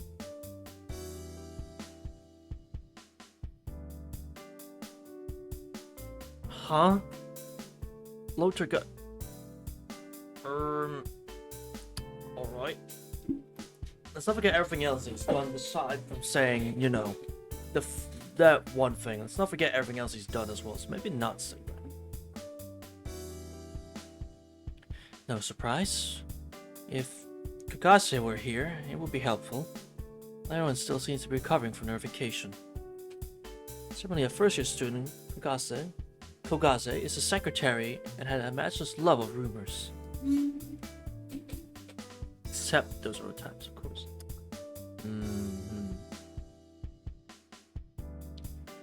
No one else knew as much of the school gossip as she did. Left in my family. Okay, I can't do that. Never mind. Excuse me. Tried to lift it up, but that didn't work. If she were here, I think I could finish this quickly. But since she's not, I guess I'll handle this myself. Rather, I would prefer to handle it myself. I get along well with that bottom glasses wearing, machine gun chattering girl. Akiha, did you like... over the vacation, did you like... or like winter holiday, did you watch fucking Mean Girl or something? Just like curious, did you watch Mean Girl? To get these insults or something? Like, is that where we got them from? Very impressive. I'm very impressed. Maybe logical to ask her, but if I can, I would prefer to solve this without meeting her. And then the doorknob turned. Ah! Seo! There you are! Hey! Akira's back! Let's go! Tona-senpai! As soon as she entered the room, the other classroom began to shiver. My, it's splendid coming to the council room so soon after the start of the year. Well, I wish you a happy new year, Seo. Yes, thank you. Happy New Year, Tona-senpai. The classmate gave a very energetic response. This girl is Seo Akira, middle school's second year. She's also the treasurer for the student council. She lacks calmness, but she has exceptionally quick thinking and sharp intuition. So while she will never be a mediator, her best hope would be to become someone's advisor. And she can see the future! She's a real mood maker. Just having her present can make the meetings proceed smoothly. None of that actually matters, however. Look, I like that she says all this. Oh, she's good at this. She got quick thinking, sharp intuition. She makes everyone so happy. She makes everything go by so much faster. Makes anything better. Well, who fucking cares anyway? Who really cares about all that? So like, anyway. There's rumor that Akiha is quite fond of this underclassman, and have absolutely no intention of ever denying it.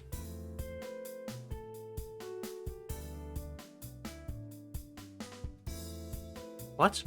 Wait, I'm confused. Wait, what? I think I'm reading this. Am I reading this wrong? I think I'm reading this wrong. Or interpreting this wrong. So she's fond of Akira. There's rumors that she's fond of Akira, and she has no plans on saying, no, that's wrong. So she really likes Akira. You know what? Based, because so do I.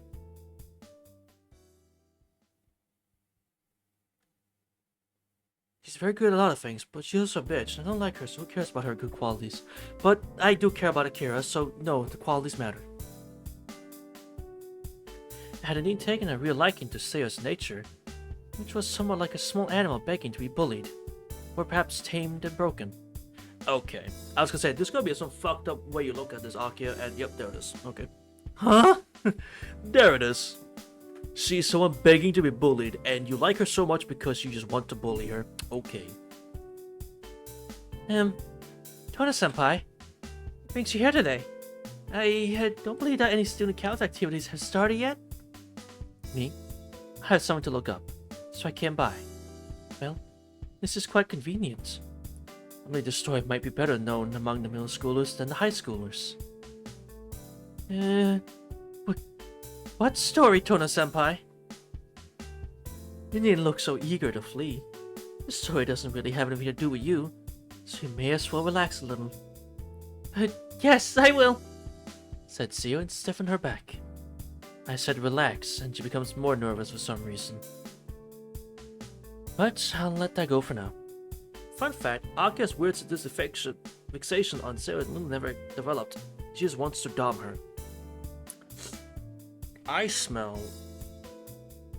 I was gonna say shit, but that sounds kind of weird, doesn't it? Yeah, it sounds kind of weird. Never mind. I smell some chemistry. I put it that way. I smell some chemistry. Give him a few years, you know? Okay, yeah, that's basically what I want to say. That's basically it, Saki, thank you. Alright, just saying it the way it is. Right, that's basically what I want to say. Give him a few years. It is a silly story, however. Seo, are you familiar with the school's 7 mysteries? Huh? 7 mysteries? Yes, those. Things like the hanging body in the mirror, or the moving garden. What I'd like to hear about it's not one of those grand stories, however, but the mailbox in the rear courtyard. Aha! You mean the one that stored the purple envelopes?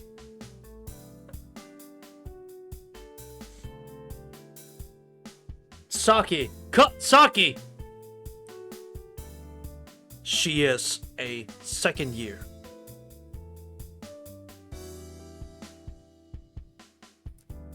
You calm your ass down.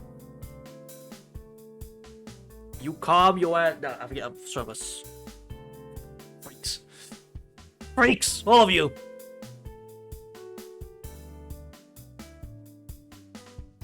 I had to wonder if she really understood how unimportant this topic was, as her face suddenly shone.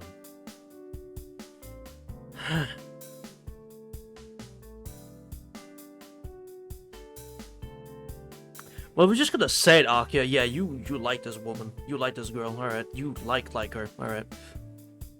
Akiha is down bad. Yeah, she likes this girl a lot. I was charmed by this girl's cute animal-like way of showing her every feeling.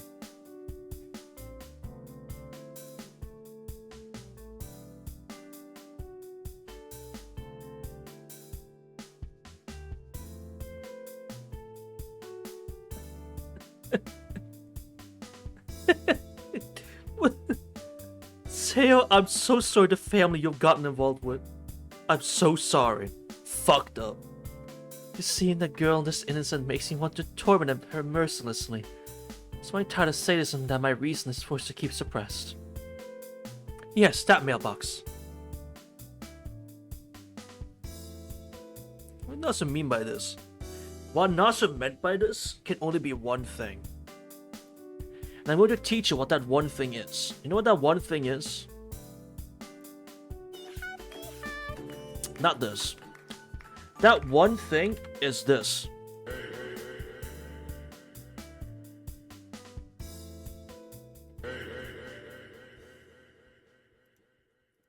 That.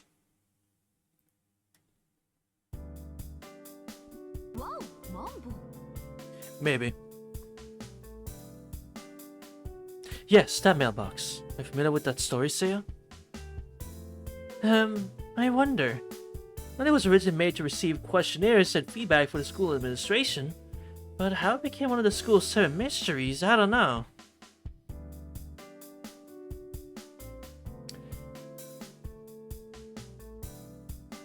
So you're trying to actually care about Akiha. I must just stop taking her seriously. You were taking her seriously?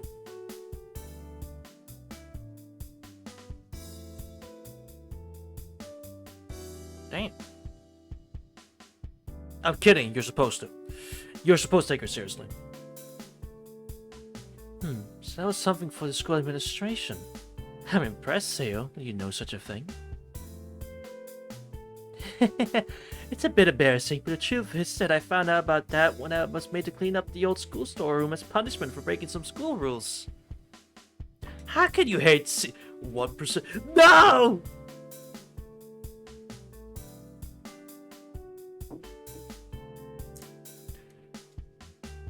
Look at Seiya. Nah, I think Seiya's my favorite.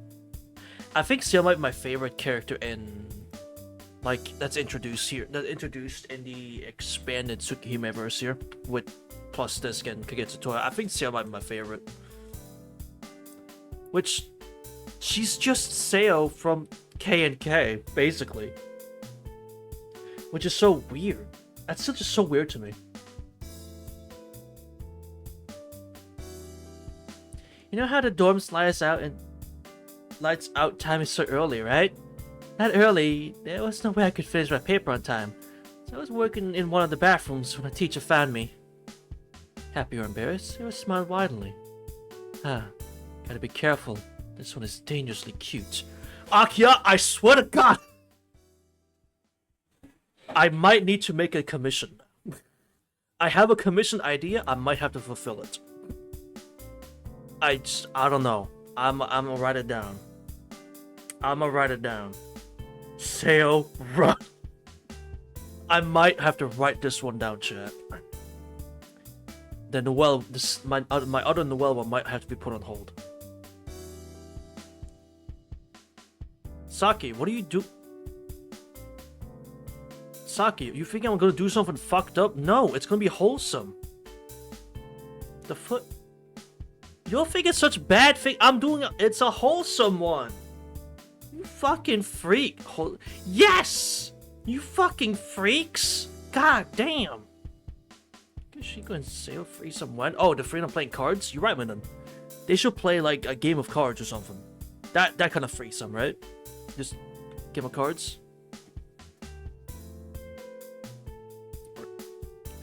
Right, Minnan? Game of cards, right? It's for Akiha? Well, she's not even saying anything bad. She's just calling her cute. Is that a problem? Is that a problem to you? You get red flags, you get called cute? It's crazy. I see.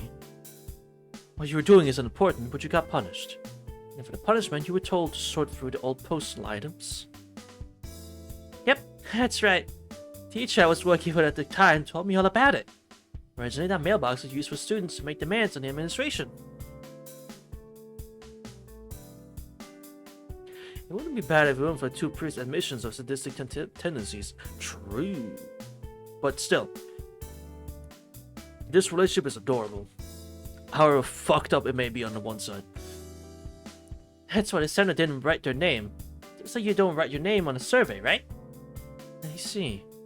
Surveys also need no address, so the letter would consist of nothing but the actual contents. But was there some special meaning to the purple envelopes? See what there was. See, these days you take surveys in class, but back then a student could make suggestions to the administration at any time. Since they were delivered through a mailbox, the purple envelopes were there to differentiate them from normal letters.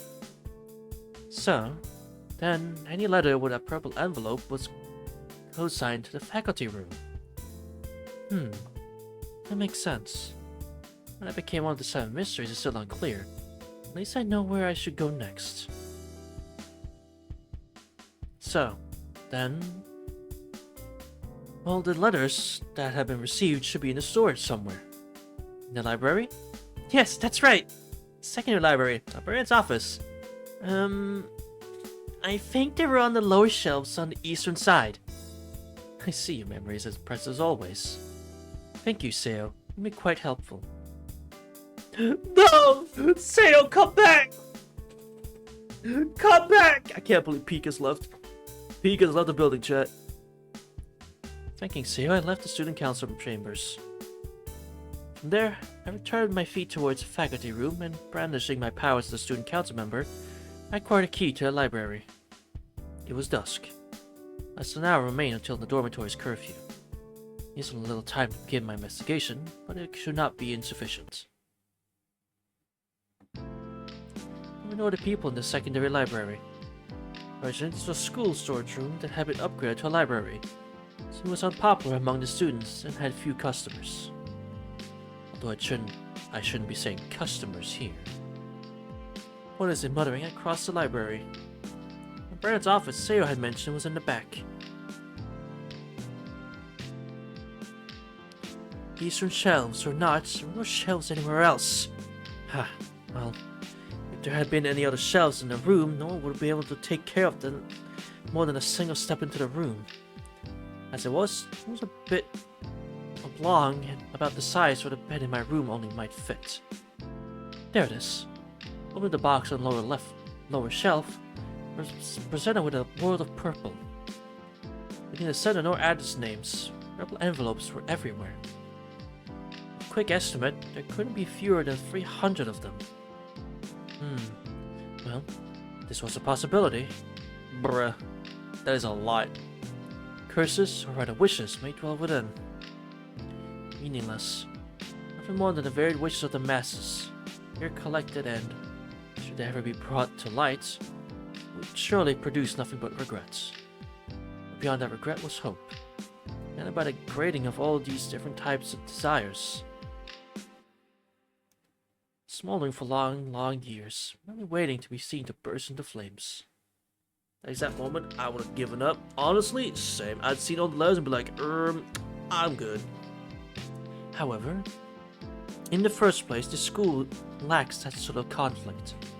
Nothing but empty ceremony, nothing ever happens, I guess. Even so, I persuaded a number of letters to see if there was some sort of coincidence that might have been considered a curse. Almost an hour later, there was nothing.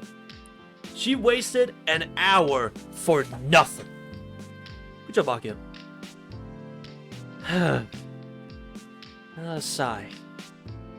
Not only was there nothing explained in the 7 mysteries, there was not a single serious problem at all. It would have been better to avoid researching the truth of the 7 mysteries. To start with attempting to ferret out the culprit that had returned the letters sent by Shijo Tsukasa and Tono Akiha. Really? Just what am I doing?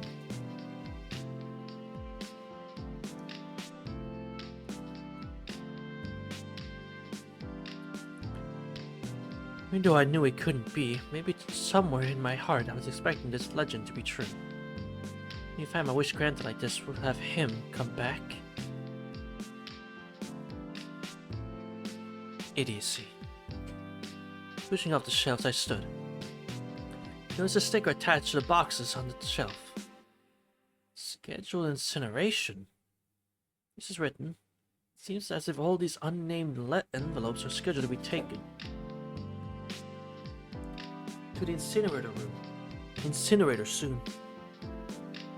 Outside was stained a pure red.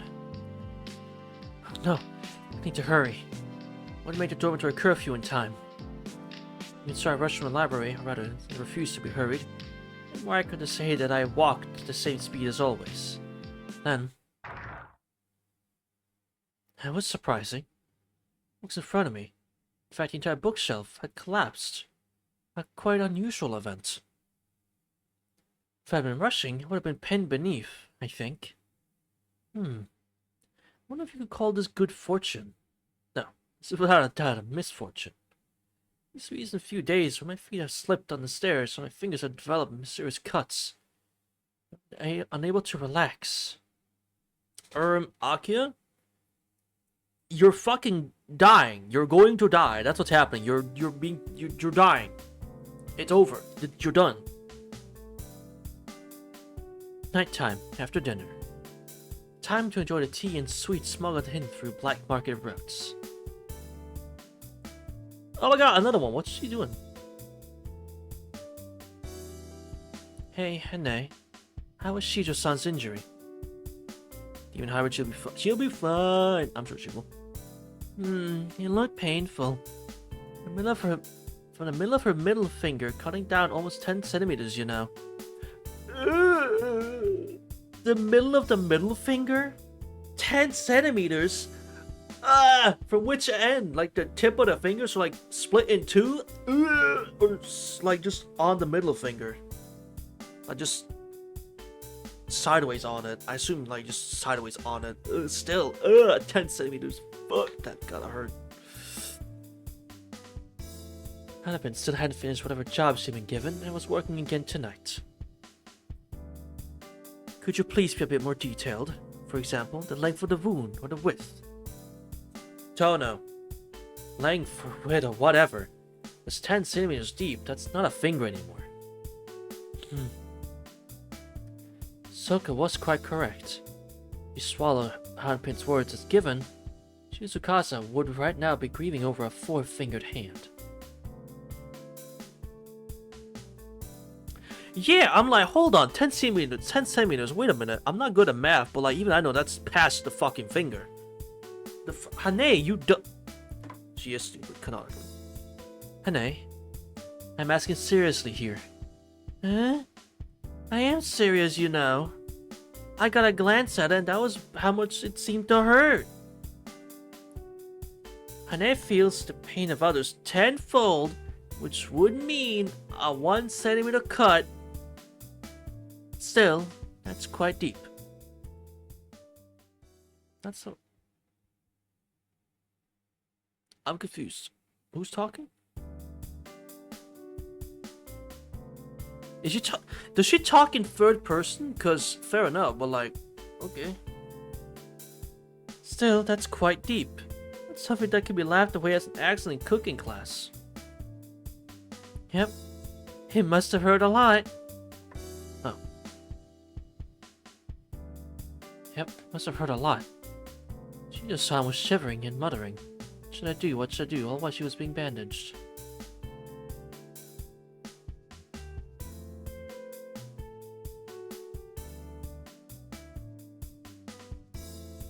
Soka and I looked at each other, knowing Hanapin. We didn't know about the letter incident with Shijo Tsukasa. Well, Soka and I did know. It was nothing more than a tale of a finger cut during cooking class. However, the timing is so bad that while I cannot seriously believe this has some connection to the school's 7 mysteries, to her this must seem more than just a terrible coincidence. It's alright, not for you to be all concerned over. How much direction is deeply funny. It is, because what are you doing in that direction? I understand that, Soka. I just thought that this is bad timing, that's all. Akiha-chan, you seem kind of depressed. Huh, I know. It's about your brother. Phew, that was close. I nearly spit out my tea. Hold it. Why are you saying such a thing without any evidence whatsoever? Eh? But you transferred schools to go be with your brother, right? And you came back so soon, so I thought you had a fight with your brother. In a moment. Where did you hear that from, Hine? That person! Might have been pointed directly at Soka. Well, I think it's about time for me to go to sleep. Huh? Soka began to flee casually towards her bed. Hold it right there, you babbling woman! The nape of her neck and pulled her back towards me. Soka is one of the shortest students in the school, barely heavier than a shuttlecock. The fuck is a shuttlecock?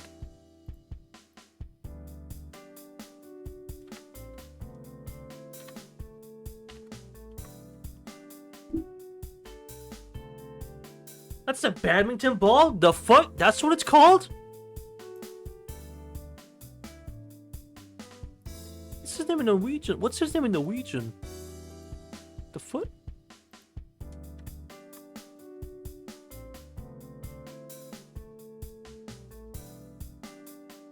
What? That's crazy. A shuttlecock. Shuttlecock? I have never heard that word in my life. Thanks, Nasu. You taught me something new today. A challenge of physical strength, I could easily control her. That's a UK sports term. Fair, but like, damn. Ah, what a shame. Ah, what a shame. You would turn out to be the one saying all the stuff about Tonaaki has a brother complex, Soka. Isn't that what they call the traitor within? They're making out. You there, shut up. Hit with a twiddle. They're not called twiddle sticks. You're lying. You're lying. You're lying. They're not called twiddle sticks. They're not called twiddle sticks. I refuse to believe they're called twiddle sticks. Okay, they're not. Good. They're not. I was about to say.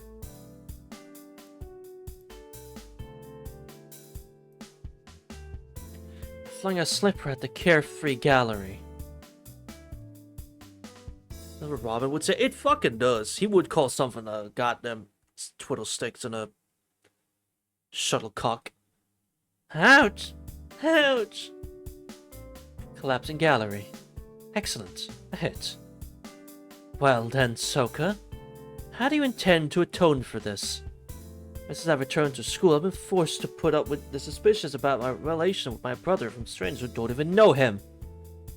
Do you have even a single millimeter of comprehension as to how irritated I am? Gripping Soka's arm, I pulled her face close. As she could sense how serious I was, she gave a very twisted expression. Wait!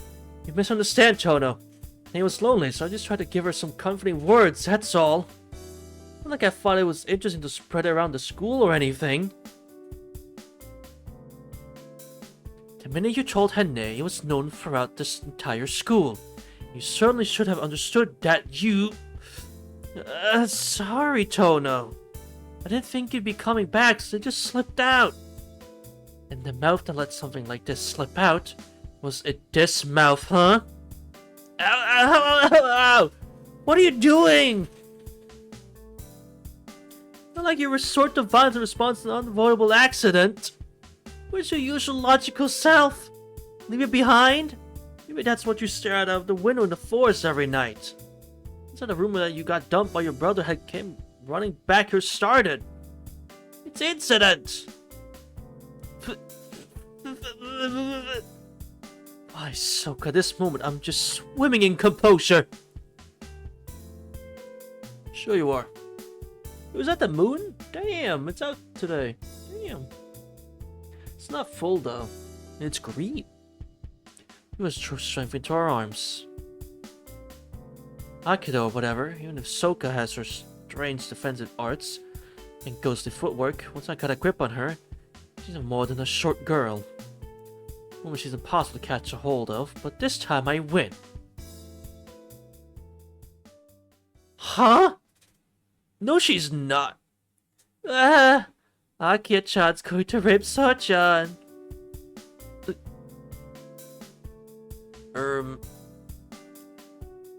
Hanapen, I'm sorry, but like, no? If this was Seo, maybe, but not Soka, no. In an instant, the strength left my body. So I did miss our opportunity, jerking her arm free and jumping into bed. Oh my god, Hisui? Are you saying... Oh my god, hold on, chat. Is that... Oh my god, Hisui! Damn. She just comes by sometimes, that's crazy. Cool down, fool. I'm at fault for telling Hane about... Cool down, fool. I'm at fault for telling Hane about your brother. That's my fault, but the reason everyone else keeps talking about you is because you've been constantly dejected. Into her ear, Soka shouted and pulled her curtain shut. I'm going to vote with So-chan. Akiha-chan, if you don't cheer up a little bit, you'll be very lonely, you know. Leaving her work unfinished and untidied, Hanapen also climbed into bed. The sun changed the atmosphere, somehow I didn't feel like drinking any tea by myself. I understand, I'll just go to sleep, alright? So I turned off the lights and climbed to my comfortable bed. Sick. And, as usual, the sleepless night came. I knew at the boredom I reviewed all the events of the day and thought back to what happened in the library. Straightforward letters, collapsing bookshelves, all the little wounds I've been suffering lately. It's going up bit by bit more serious, but today would have been something to laugh at. Does she understand? No, she doesn't understand. That's why I won't stop. Sure, this latest incident will merely give her more impetus. 1% is lasting mighty long. Just hold on. Just lasts a few more. Just lasts like a little bit longer. I tend to ignore for a while the minor scratches I've been receiving. It seems like I may not be allowed to. How foolish. Why am I playing along with this curse? Probably because I wish to believe in myself. Right now I'm so dejected I am almost willing to leave what I want more than anything else up to fate. It's just as Soka said. I started on a whim, but as things kept happening, I started to get interested. Call this type of conflict, I guess. Coincidences roll on and on. If you could see from above, those tracks will become a cursed circle. If so, then this timing is bad for which one of us? I don't know, you? Yeah, I don't... It's 36. We'll see if I'm able to finish this in one go. If not, that gives us time. That gives us something for next time, too. Breakfast in the cafeteria finished as the hands of the clock ticked past 7. It is from good families who never even acknowledge that some people's ungraceful schedule will be to rush through breakfast and hurry directly to school. Tono, do you know that Seijo was missing? Spoiling the quiet of the preschool morning, Soka whispered. Yes, I noticed. Seems like I was not mistaken after all. Right. What are you going to do? Want me to go look for her? If you do it, things will probably get worse. I'm grateful for your concern, but this is my problem. Should you get involved, Soka, then things might begin to get strange. With one hand in a later gesture, I left the room first. Shizuka's room was a double, wasn't it? In fact, now that I think about it, this all started when Shizuka's roommate complained. Shido-san, this is Tono. Knocked on the door. No reply. Just the rustling sounds of movement inside the room. Shijo-san, I should speak with you. Would this be a good time? Another knock. The presence in the room became more agitated. Shijo-san, do not have that much free time. There is something I wish to confirm, so will you excuse me? My hand on the doorknob. Ah! At that moment, the unpleasant sound of a chair being thrown at the wall. Shut up! Don't you dare come in, Tono! Subsequently, I could hear Shijo Tsukasa's shouts. Other students, wondering what was happening, began to look into the corridor. What a bother. Like this.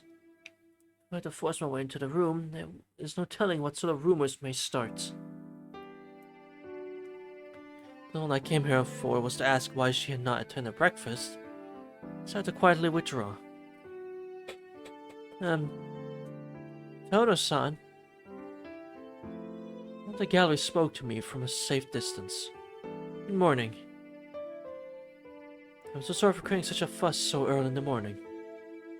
A first-rank smile responded to the speaker. Relieved of my smile, the student relaxed. Tsukasa, would you please not take offense? Last night she was injured again, and has been more and more neurotic lately. I am aware of that. I'd heard from the door manager that Shijo-san has not been well lately. What's last night's injury? Well, she won't let any of us see it. Anzo, that is Tsukasa's roommate. Well, Anzo got chased out of the room, because I've been closed up in there ever since. It was a pretty bad burn, so I guess he just doesn't want other people to see it. That makes sense. Burn's not something to go around showing other people. If I were in Shijo-san's place, I would not go out in public until I was completely healed. Huh? Tono-san, if you say so, you're not angry? It's a neurosis, is it not? Those sorts feel no resentment for sympathy. So everyone be sure not to excite Shijo-san. Treat her gently until she's pieced together again. Or at least, I want to be able to ignore her for the next 2 days. Ever since you returned, you've become so sincere. Or so serene. It's quite a difference. Is that so? Not changed at all, though. Really? The student seemed to question, and returned to her room. There's one thing I forgot to ask. What is it, Tono-san? Oh. All the way around. When was Shijo-san injured? On her face, or was it her hair burned? Looking at me wonderingly for a moment, she responded that the burn was on Shido-san's arm. Her arm? That's not that bad, right?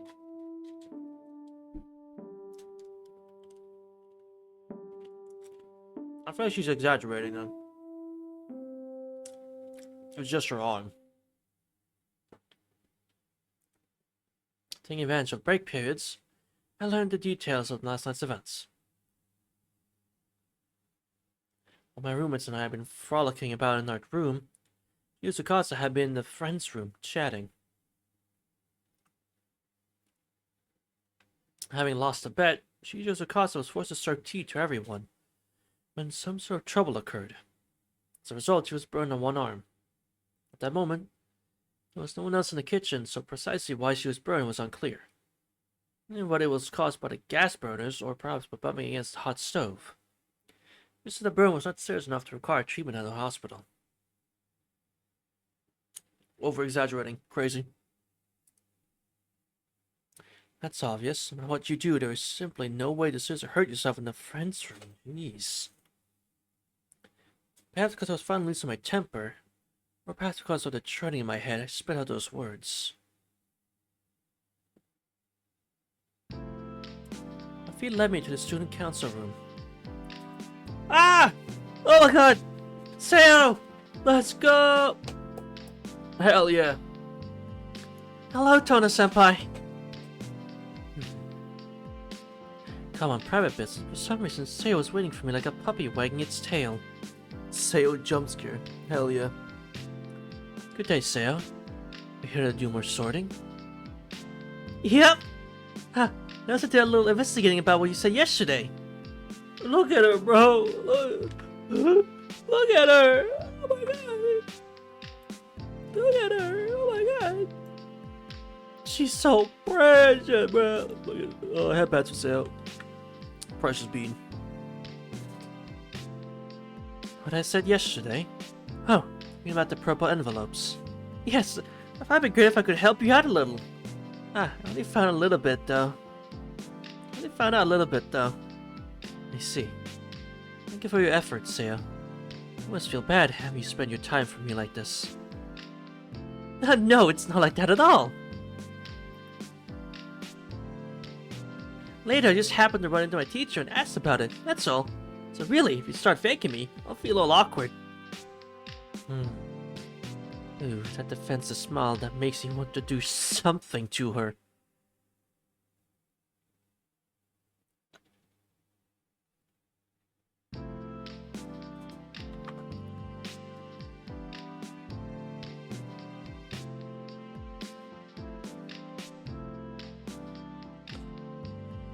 Okay.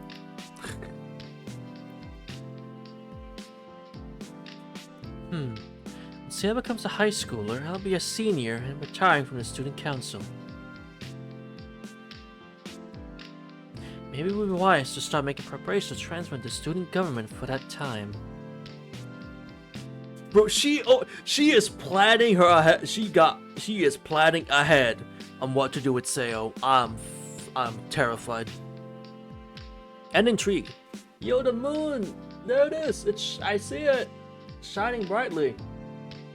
There it is. I think it is full. Is the moon full today? Hold on.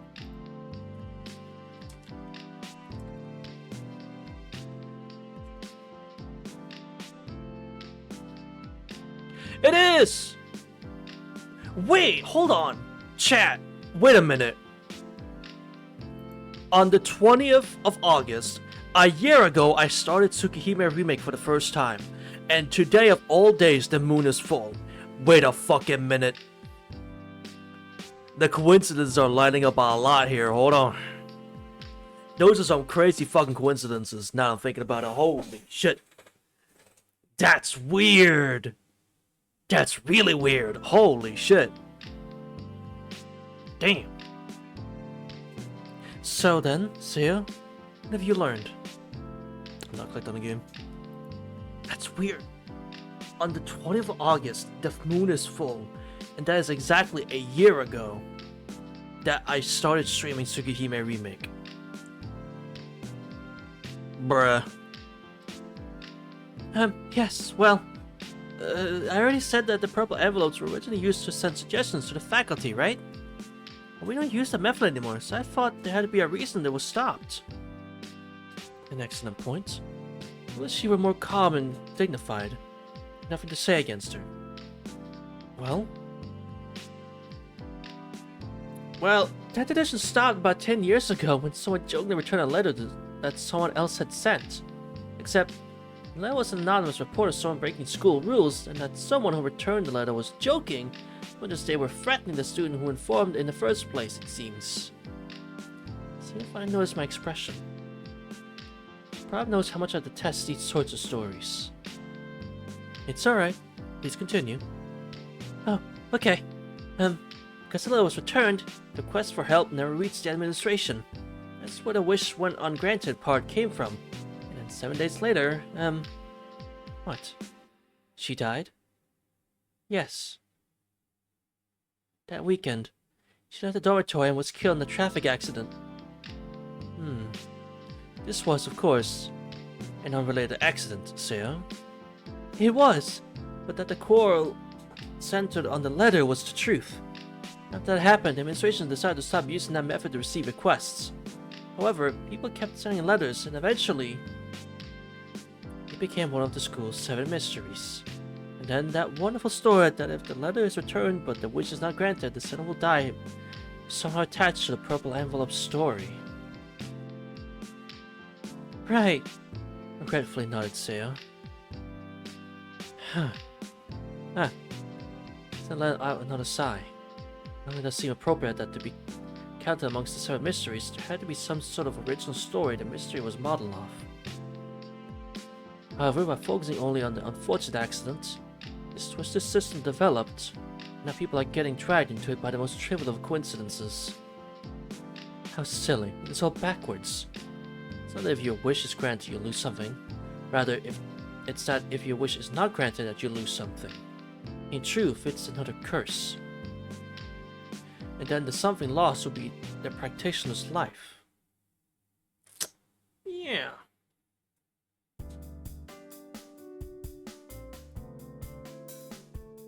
Interesting.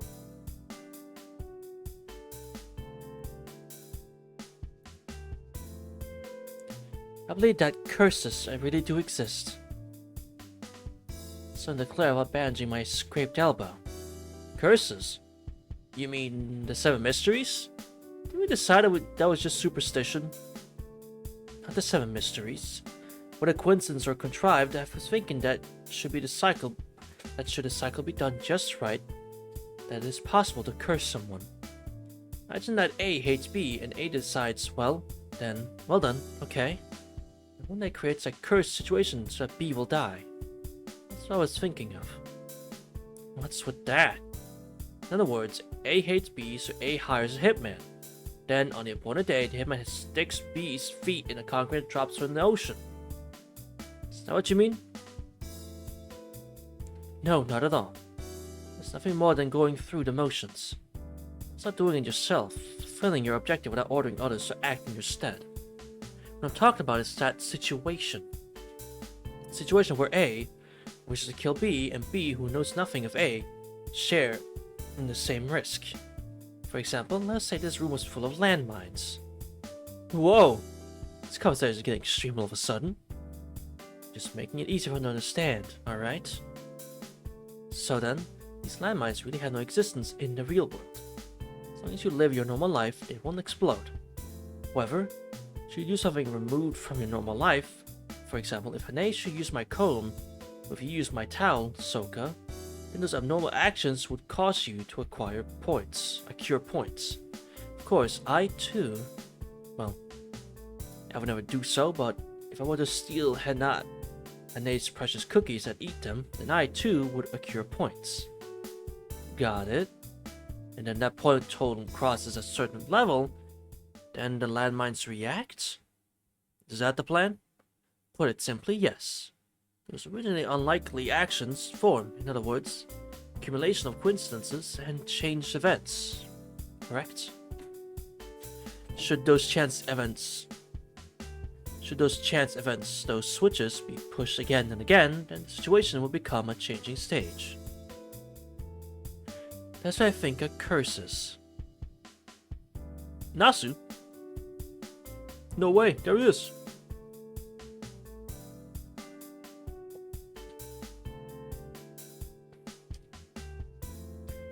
As another example, should Hane wish to use my comb, she would have to stand near my dresser, and since she weighs 5 kilos more than I do, I will place an additional burden on the floor. Should this happen 10 times, the floor would mysteriously break, causing the room to collapse, and the pitiful Mizao Hane would be singing with the angels. I see, but that's just sophistry. I mean, if the room could be destroyed by something like that, then you and I will be dead 20 times over. Right. That's why setting up the room to act like that would be a curse. Both the one who created the curse and those who participated must always catch out to see if the circumstances of the curse are about to be fulfilled. And because she's participating as well, the curse will show obvious hostility to its creator as well.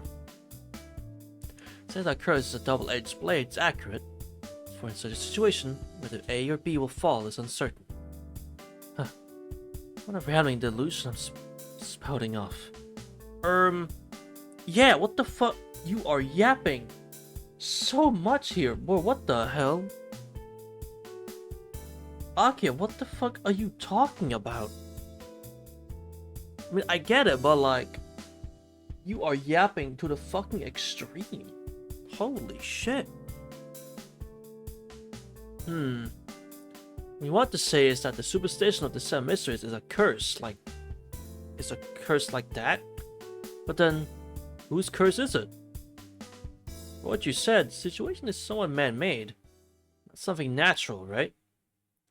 Just as sharp as always, Soka. Well, this purple envelope thing would be a natural occurring curse, I guess. This particular curse's switch is quite uncommon, so normally it would be never come to completion. I began bandaging my other elbow. As a result of a dramatic fall during my return to the dormitory. You doing that again? Jeez, Age-chan, why have you been so beat up lately? It's not a tense conversation paused, Hanpen's voice cut in. What? Well, that looks painful. Age-chan, you've been getting hurt constantly. You say you haven't been fighting, so what have you been doing? Ringing with curiosity, Hanpen gazed at my elbows. Then, it's got to be a curse! Was her instant answer. Huh? Voices in harmony. I applied disinfectant to the scrape of my arm and continued. To tell the truth, I too sent out a letter and had it returned. That was 5 days ago. The same day Shijo-san did. Huh? Hanpen, uncomprehending, I looked confused. That's just too funny! Soka, well, just as I expected, grabbed her stomach and exploded in mirth. Soka, some laughter may be expected, but laughing that hard is a little annoying. No. It's just that you two have only 2 days to live. Soka collapsed in laughter, falling to the floor. My peerless friend to be someone like this. I truly am cursed. Oh man. I think I just used an entire year's worth of laughter there. So, what is it? The scratches don't stop. You believe in curses? No. I'm not interested in leaving my revenge up to some random curse. In the first place, I had long ago identified the cause of these wounds. Even when I saw her that this was no curse, but just an obsession. What I don't understand is why my letter came back. Had not happened, then I would not have been... No. Then I would have never bothered going along with all this. But it was unlike me. Raising that weak, girlish dream of allowing someone else to fulfill my wish was not a bad thing. However, I've had enough. I'm to end this now.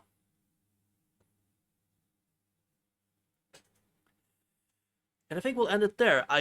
I'm scared of saving. Right? Because saving breaks things. So I'm scared of saving. But I feel like this is a fine place to save. Right? If not, I'll just skip through all of it till we get here again, which isn't that bad. So for safety reasons, I'll just do that. So we'll just move over to that next time. Wrong screen.